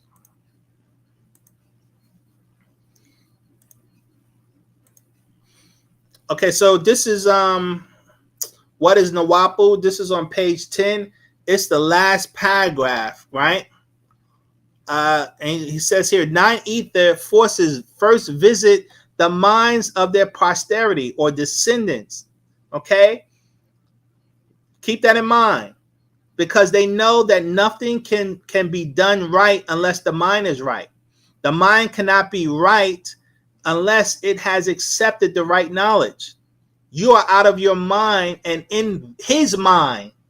You all share in a mental reservoir which vibrates on the fourth density. The fourth density, guys. Where's the fourth density? Here. The smack. Remember the smack circle. The smack. We're right here. We're on 3. We're on the third density. But the mental reservoir, you got to connect to the fourth density. Our mind is already there. It's just that our higher mind is there. Our conscious mind is directing us to the third density. We're locked here, and we got to shift our consciousness up. Okay, that's what we must do. So let's go back. So it says, you all share in a mental reservoir which vibrates on the fourth density. Everybody partakes of the mental plane, intellect, ideas, creation, etc. You vibrate on the third density and have your own portion of it called my mind, or that which is mine. But it's all one. That is why there are really no new thoughts or ideas. There are only extensions of previous ideas, because they all come from the same source or mental reservoir. And I was saying before, depending on your energy vibration will determine what you can pull from the mental reservoir. So if you're a 9 ether being, you can pull a 9 mind. If you're a 6 ether being, you're going to pull 6 mind. You're a 3 ether being, you're going to pull 3 ether mind. Okay? It depends on what energy you vibrate on, what you connect to. As African people, you can connect to a 9 mind. Of course, we're living like the 6. We're living like the 6, but we can pull 9 if we just do it. Okay? So now, let's see. Next, this book right here, we're going to go to the Master Secrets, goes into this. Master Secrets number 3, Dimensional Links and Nabat, the Sacred Ash. Okay? He has a diagram right here on page 1. This is the mental reservoir. Okay? The mental reservoir. You have your brain, the physical you, and your mind, your emotions, right? Your thoughts right here. And you can either thinking and reasoning comes from the mental reservoir. This is how this is how you get your level of reasonability. Remember, guys, when you're reasoning, that's someone who's connected to natural nature, someone who strives to live in harmony with natural nature. As you already know, our people think, but they don't reason. Our people think, but they don't reason. Our people think, but they don't reason, which is why they have no connection to nature anymore. And that's because we're following another race of people who don't reason, because they're not connected. That's why you have so much suffering. You can't have harmony on a planet. You're not connected to that which created the planet, which is nature. I hope that reasons out. So let's see. Where do we start with this particular book? As I said, to read into this. Let's see. 1 through 5. Okay, so let's start here. So it says, Lahekum ayem mumra kharadu em wunawat pa nawap u. For you, my beloved children of Wunawat, Nawapians, as I, Panabab Yanun, transcribe for you a Jahar u Shilal Patartwi, the jewels of my divine eyes. So much of our renewed story called Wunawat, your way to Tenkas, salvation. You must overstand mind and mental, spirit and spiritual, omniverse and universe, and the powers of mental reason into mind. Sabab reason is intellect from outellect, or akalan, intelligence from outintelligence. This also includes inspiration from outspiration, and that is Taway, revelation from contact outside this dimension. All is linked to you. You are something or something from your links to what atomic weights would call nothingness. Mental to mind, right? The mental reservoir to your mind, or to the mind, to your mind, and it becomes mine, yours. Okay. Now, reasoning is mentalism by the rules of Taba al-Taba, natural nature, with the help of other materials in space, and of course, which includes time, as in growth into being. Now, reasoning becomes conscience, the distinguisher between right and wrong decisions, and that leads to conscious, creative, nishat energy in absolute nature. Reasoning reasons out all forms and senses, that which is needed for those forms to grow and survive in accord with and within their surroundings. Reasoning does what comes natural in nature by the help of others supporting ether, because ether in general, that is including reason, is the mind at work with and from the reservoir of mental, who is present throughout the omniverse, right? So the mental reservoir is everywhere, okay? Now, but you connect to it to your level of mind. Remember that, your guys, whatever your energy level is how you can pull from the reservoir. So if you're a 9 mind, you can pull 9 energy. If you're a 6 mind, you can only pull 6 energy. Keep that in mind. Now, from whom all thoughts and thinking come to the mind to become mine or my own thoughts by way of my own reasoning, reacting with tissue, which is material or matter.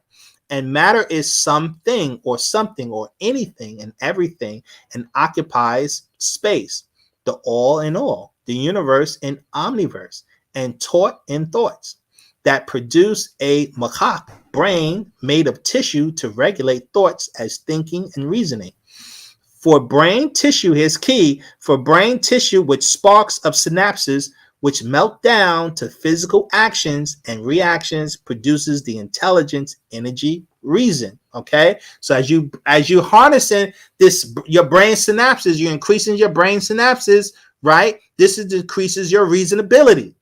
Remember that. Now, a Nishat, ether energy, who does all the creative reasoning and guiding in the Taway, creation of all things, atoms and cells. So, Nawab U, brain synapses produces brain actions and reactions, or brain in turn produces reason. Nothing is better than sound right reasoning, and reasoning is mental and mind at work together. General reason is mental, but not an individual mind or mind, right? Each is linked to the mental reservoir by no choice of your own. It is the natural of nature. Mind linked. Your mind is linked, guys, to mental reservoir. All things are linked to it, guys. Now, it is only when personal tatafat emotions come in that the reason changes to the reason of I did this, or that is the reason why I felt, or I should do this or that, go here or there, my own reason. This happens from outside influences or inside relatives or influences in your personal genes of 4 generations. Those are spirit beings putting thoughts in your head, guys. That's what he's talking about. So, NoopooH, reason is mind produced by Makach Tashad, brain concentration. Okay? Reason produced by synapse sparks of colored light or shallow concentration in general thinking creates the atmospheric mind or mental environment because it is not dense enough and adhesive enough to be an individual thought being, right? Pure reasoning is just pure energy. Keep that in mind. That's what he's trying to say. However, reason produced by heavy or deep concentration, right? And he's talking about ranum, chanting, and or tatmal, meditation, and or tamas, prayer, is thought being formed into actions and links you interdimensionally with your salafu on the same tawal frequency, vibration, and genetic code as your being, both physically and mentally. So when you do these rituals, this is how you connect. This is how you increase your reasonability. Okay? The prayers, the meditations, the chanting, even speaking the language Sabek, all these things raise your vibration. Guys, but it has to be done on a consistent basis each and every day. That's why I keep saying 90 days before you begin to feel these effects. Okay?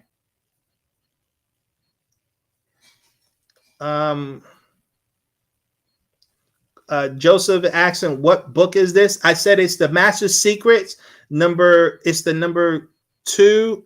Where am I at? Page 3, verse paragraph 30. Master Secrets, for those who don't know, Master Secrets, this is it. Master Secrets, Dimensional Links, and Nabat, the Sacred Ash, number 3. Okay, for those who don't know. Then he says, Apex, what is the liquid gold about?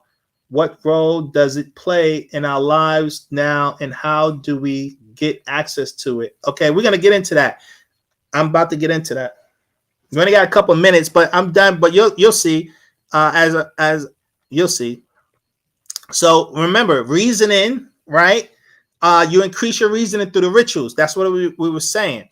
So we go on to say that these forms of tashad concentration is enough to be or become an individual spiritual link because the energy and mental particles in the brain tissue have become blended and is united by sound, as in a single note or key on a keyboard. If you strike one key, F major, for example, all the other F major keys will vibrate with it. So what he's trying to say is once you're really in deep on, you reach a high level of deep meditation, right? And you now start to vibrate on your natural frequency. And when you do that, you can connect with all your ancestors who exist throughout the omniverse. That's what he's saying. So if you vibrate on F, they also are vibrating on the same frequency, and it links you. You're literally linked. That's what he's trying to explain. So let's keep going. Now, none other as the tuning fork will reveal to you.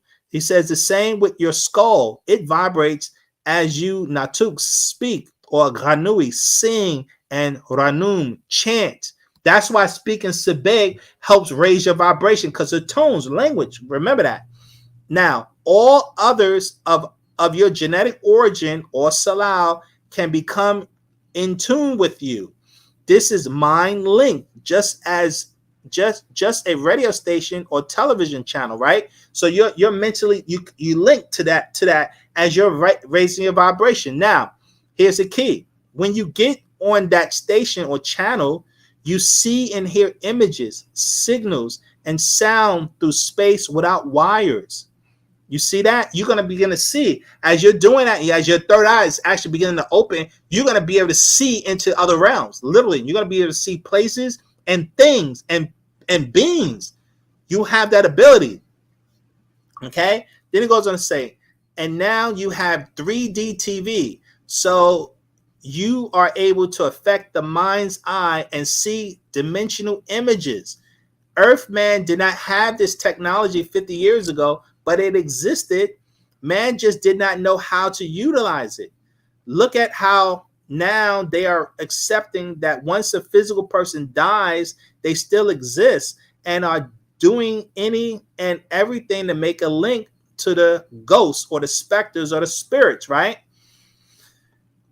The link between the living and the dead will be made only to open the Bawab gateway to the world beyond the world. The six ether beings can't make it there, for they have lost their link, which is Ba, right? Well, just like the use of technology, so also in time they would have been able to cruise from this third dimensional realm to the fourth, fifth, sixth, seventh, eighth, and ninth onto the 10th or realm of Kahen Akal, divine mind, and being, if only they had respected the rules of natural nature. Now, you have this ability now as your link, mind link, has not been cut off, right? Only blocked by interference of those on the lower level. That is your 9 ether blocked by 6 ether. So you can't bring fourth dimensional sound and images across to this third dimensional realm. A 4D image he's talking about, okay, into this realm. He's saying, he says, just as they now can transport 3D images and surround sound through space and time to appear real, from a sender to you, the receiver, so also as it was in ancient times, the beings far more advanced or extraterrestrials who are old ones.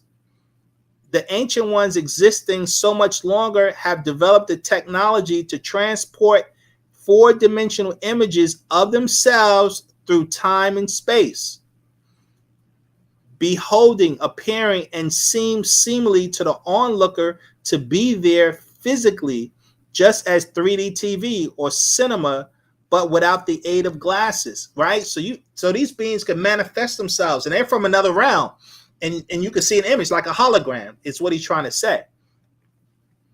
Let's see. And even far more advanced teleportation of the actual cells, tissues, and brain signals, right? And Munzal, an incarnated one in jasad, flesh and blood, or to come in a person as they, in world, religions, opinion, all claim their prophet's experience. Now, what do you think angels really are? What do you think ghosts really are? Now you hold in your hands a cell phone and it can receive 3D images in cinema. If you had that 50 years ago, what would those who did not know what it was think? Now all you would have to be given is tabaras, projection outward from your cell phone, and the image could be projected out in space, appearing to be right there, or in fact is right there, right? So that's a hologram projection, and they do have that technology. Well, the masters, they do the same thing. So when you're raising your vibration, you're making contact with them, they hear you, and they can project themselves to you. But you have to be on a certain frequency in order for them to project to you, so you can see them and communicate with them. Okay, this is what our goal is. All this is the brain tissue at work, reasoning out things, putting together Wu-Sabat formulas that yield results, all by way of heavy or deep tashad, concentration on your ancestors, the genetic link, spiritual to spirits. The inner power exists as the TV exists. All man needed was a formula to make it work for them the way they wish. The power of concentrated energy is enough to be or become the link because of the energy and black magic or dark matter or dark energy that still exists in your body as the first world race or the Pataites. So we have this power in us. It's in our genes to make contact. The black magic particles of mind have to become blended and united mentally and physically with vocal magnetic pressure and black magic link by voice. Your race and mental concentration and profoundness gives mind, black mind, motivation, direction, and power to act in unity with itself and by itself. Now, Nuwapians, you have the powers because reason is concentrated, mind linked to the mental reservoir in which both the living and the dead are linked. It is genetically programmed to do what concentration calls for. Okay, so that's extremely important and powerful. And then, hold on, let me see. Let me go down to page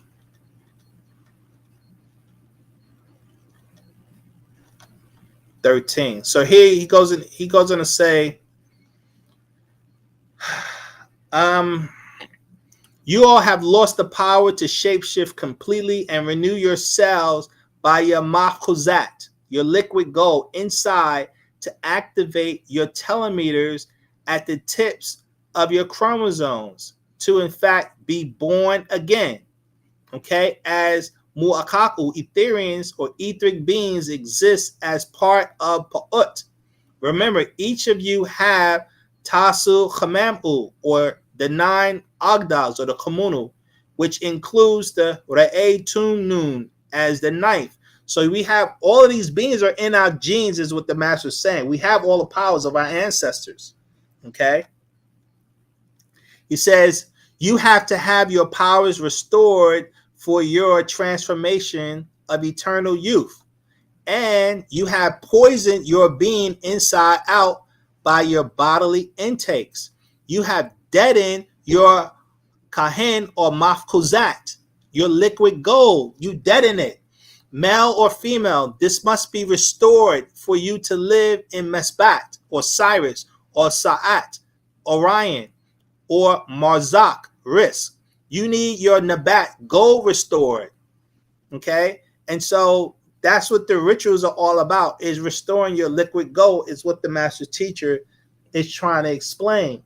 Okay? To restore your powers, to restore your intellect, to restore your divine mind of high levels of reasonability. We have all of this, within our being. It's in our genes. So, Apex, the people on the planet will never unite as one. So when and where do we build? The Essenes form a group and live together, secluded themselves away and prepare themselves. Shouldn't we do too? This is the purpose of Apex. That's the purpose of the community. That's why I say that's one of our goals, right? I always bring that up in the beginning of all of our discussions. And the goals, we have 3 goals as Sabians.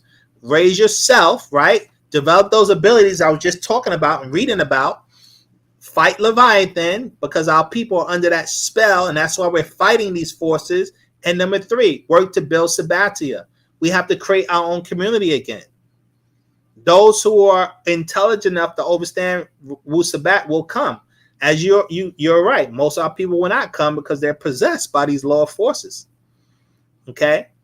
And so our goal, that's our goal, but we're looking for people who are on the same mind, who understands the goal, who understands the objective, who understands what we're dealing with. That's why we're teaching this. But the ultimate objective, your main goal, is to raise yourself, to increase your own level of intelligence, and for you to make contact with the Nathar, which will also assist you in making decisions. That's how the master teacher is doing it. And the master teacher is teaching us how we can do the same things. And so Joseph Hobbs' question, just bought that book. Okay, good. Says, not to brag, but the master teacher appeared to me in 3D. It was crazy. I thought I was tripping. No, the master teacher does that. For those who make a mental link to the master, you can connect with him spiritually. You can connect with him.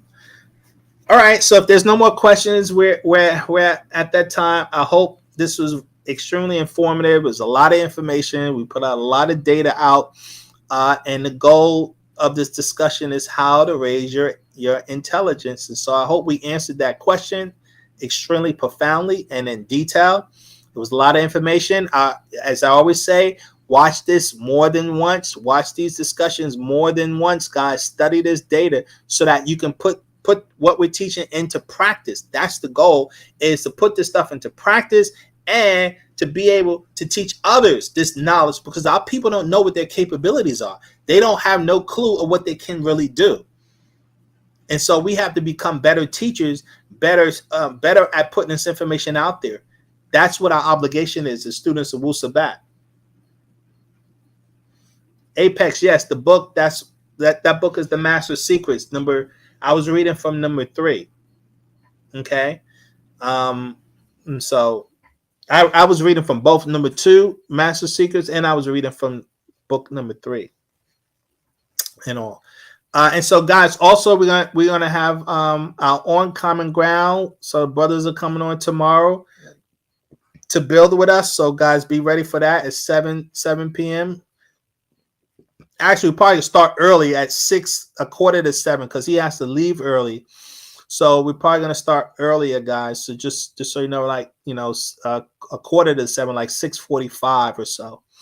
And hopefully, you know, we've been having some technical problems, but we'll work it out. We'll figure it out. So, but you know, tomorrow we're going to be doing that discussion. Okay, so that's, you know, be there for that. You know, on Common Ground, so you guys can hear other brothers and sisters build. Question you have: how to you raise your intelligence? That raise your intelligence, as the title of the class.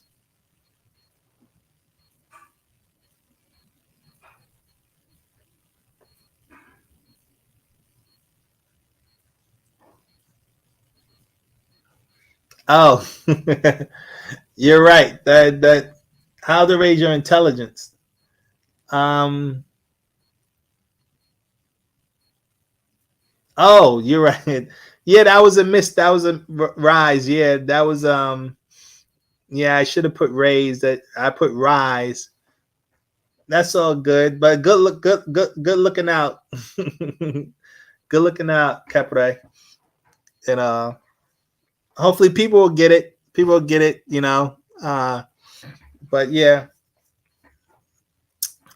But with that being said, we're gonna do our 9 o'clock chants, right? Chants and prayer, and close out. And we do that for those who are not familiar with it. We do our, you know, rituals, chanting and prayer rituals at 9 a.m., 3 p.m., and 9 p.m. every day for the purpose of spiritual development. So we always recommend everyone to learn that and partake. We read it in our Lahaj, our language called Sabaetic. I have the English translation, so you can follow what we're saying, and hopefully you learn how to do it yourself. And this is for the purpose of spiritual development.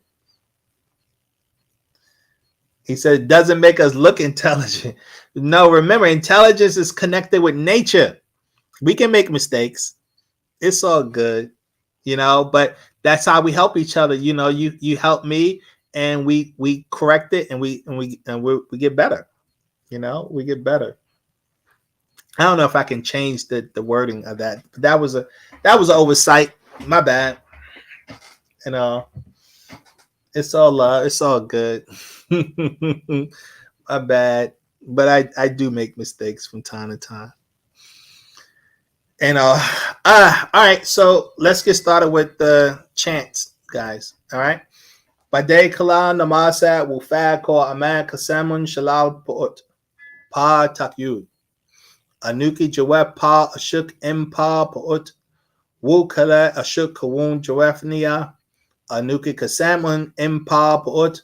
Wu pa poot kawun kasamun imnia.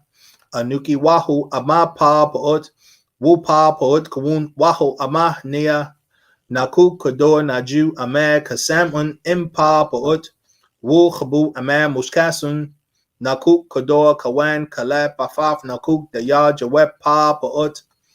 Amad wase amad dayani kawun lake bakui jawep pa paut anuki yabad bi nafasni pa paut kawun anuki pa paut kador nakuk kador pa paut amu nakuk amu lahehum menehnu lahehum menehnu ahumata karehum ahumata karekum ahumata karehnun ahumata jawefnia ahumata nia wu anuki hum yaye ashuk re'e asmua jayenun yaye nataru afuknun anun ata mukra'ukum yaye nataru afuknun afuknun afuknun yaye nataru nun anun atun atun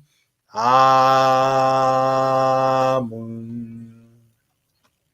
namazo wahu yaye mufaku yaye hu yaye nataru yaye soye yaye nataru yaye hika yaye nataru ankum ata pa mufaku yaye hu yaye nataru ankum ata pa mufaku bu anun ata mukra'ukum bu ankum ata musanun yaye hu yaye nataru aro muklasnum atum re'e yaye hu yaye nataru namazo atu aron hu yaye mukdamu afudnun ankum mane yake ladudu muslafu nun wu musa nun mane yake sawura paba mane yake kawuna kau mane yake ata akhak mane yake kawuna basha wu damam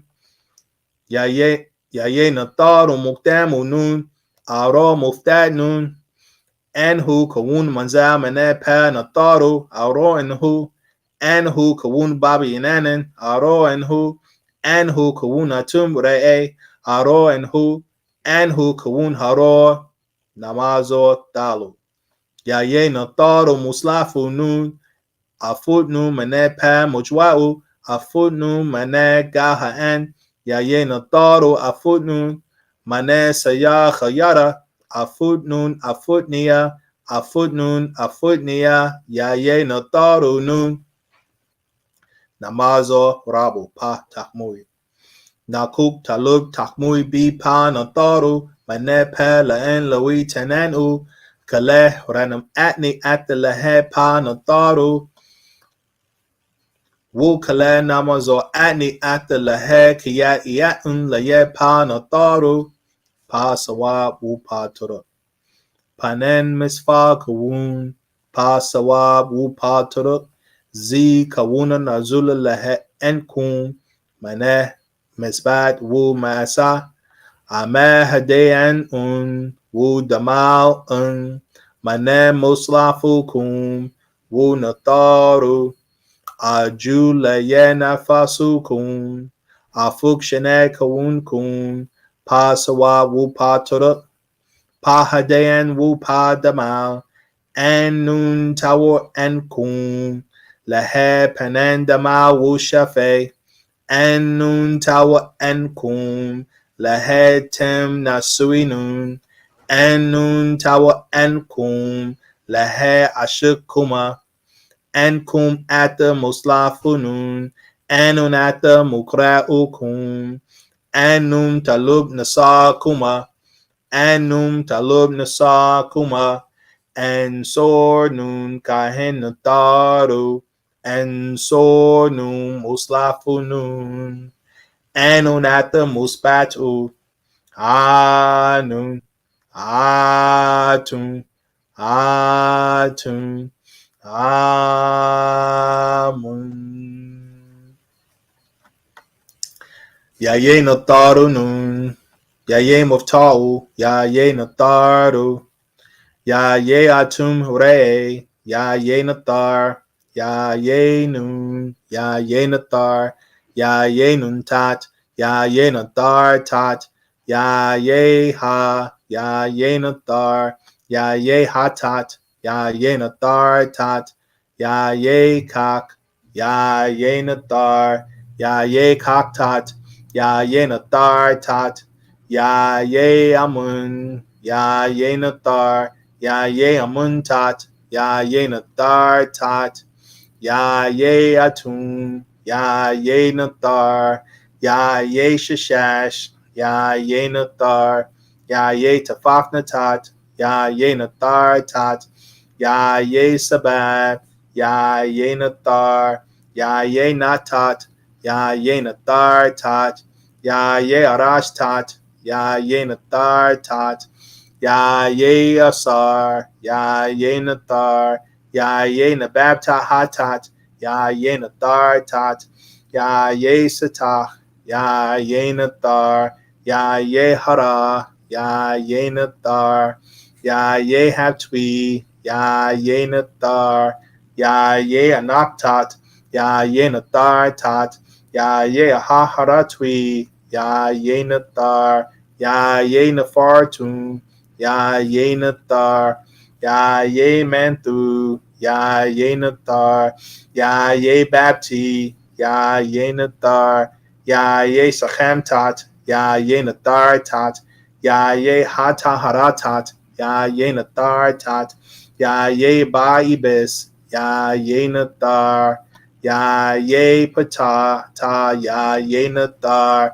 ya ye basas tat, ya ye nathar tat, ya ye imhatap, ya ye nathar, ya ye hu, ya ye nathar, ya ye matat, ya ye nathar tat, ya ye mahart, ya ye nathar tat, ya ye khafaf re'e, ya ye nathar, ya ye mishkinat, ya ye nathar tat, ya ye hreye tat, ya ye nathar tat, ya ye intimate to you, ya ye nathar, ya ye hika, ya ye nathar tat, ya ye nathar tat, ya ye nathar tat, ya ye ma'at, ya ye nathar tat, ya ye horanen tat, ya ye nathar tat, ya ye she, ya ye nathar tat, ya ye sashat, ya ye nathar tat, ya ye maftat, ya ye nathar tat, ya ye sabak, ya ye nathar, ya ye anap, ya ye nathar, ya ye chanun, ya ye nathar, ya ye chanas, ya ye nathar, ya ye patatanun, ya ye nathar, ya ye soye, ya ye nathar, ya ye haktat, ya ye nathar tat, ya ye amas, ya ye nathar, ya ye saratwi, ya ye nathar, ya ye atum re'e, ya ye nathar tat, ya ye dahutwi, ya ye nathar, ya ye patata warat, ya ye nathar tat, ya ye sakar tat, ya ye nathar tat, ya ye ha, ya ye nathar, ya ye neheb ka, ya ye nathar, ya ye sakar, ya ye nathar, ya ye ba, ya ye nathar, ya ye akar, ya ye nathar, ya ye imharatat, ya ye nathar tat, ya ye wapawatat, ya ye nathar, ya ye sakhat hatap tat, ya ye nathar tat, ya ye meritat sakar tat, ya ye nathar tat, ya ye soye tat, ya ye nathar tat, ya ye garat tat, ya ye nathar tat, ya ye asat inu, ya ye nathar, ya ye bahatat, ya ye nathar tat, ya ye chanem tat, ya ye nathar tat, ya ye manak tat, ya ye nathar tat, ya ye chamem, ya ye nathar, ya ye mahatwi, ya ye nathar, ya ye kabesin and afaf, ya ye nathar, ya ye damatafaf, ya ye nathar, ya ye meritat, ya ye nathar tat, ya ye nasat, ya ye nathar, ya ye imdadatat, ya ye nathar tat, ya ye nachapatat, ya ye nathar tat, ya ye sachatat, ya ye nathar tat, ya ye anaktat, ya ye nathar tat, ya ye dadad, ya ye nathar, Ya ye tun, ya ye nathar, ya ye wahu, ya ye nathar, ya ye yisas, ya ye nathar, ya ye anach, ya ye nathar, ya ye afnuit, ya ye nathar, ya ye satat, ya ye nathar tat, ya ye sakatwi, ya ye nathar, ya ye imat, ya ye nathar, ya ye nana, ya ye nathar, ya ye imnuit, ya ye nathar, ya ye imsataktwi, ya ye nathar, ya ye mugdaltat, ya ye nathar tat, ya ye rahashafaf, ya ye nathar, ya ye maratwi, ya ye nathar, ya ye amun hre'e, ya ye nathar, Yehu Anun Ata Kaleh Jawef Paut Ahnun Re'e Ahtun Re'e Ahtun Re'e Ahmun Re'e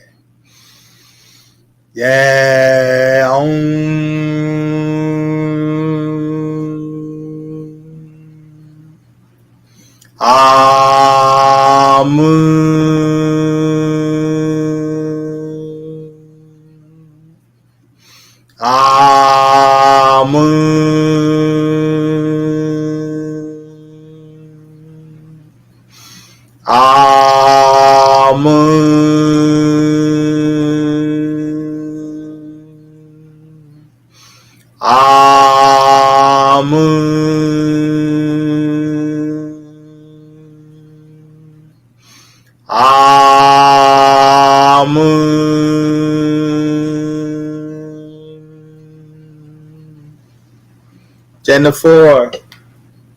Okay, Jennifer. All right. Okay. Say the client.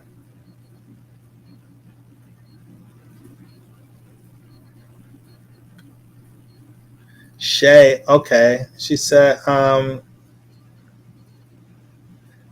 is Shay. Pronounced Shay. Okay, that's what's up. Note taken. If I'm not enunciating that correct. That's what's up. I'll make that correction. Zamata. My bad. All right, guys. I hope this was eventful class. I hope you guys were able to learn a lot. I highly recommend you guys watch these classes more than once. It's a lot of intense information. It really is. It really is. I can't stress that enough. So definitely take your time. I take your time, study the data so that you can apply it and teach it. So you can apply it and teach it. Until then, guys, we'll be back tomorrow. Like I said, we're going to have the discussion with the brother. We'll be on. And hopefully that's going to be a fruitful discussion. And I'll see you then. Wadu, Muisar. Wadu.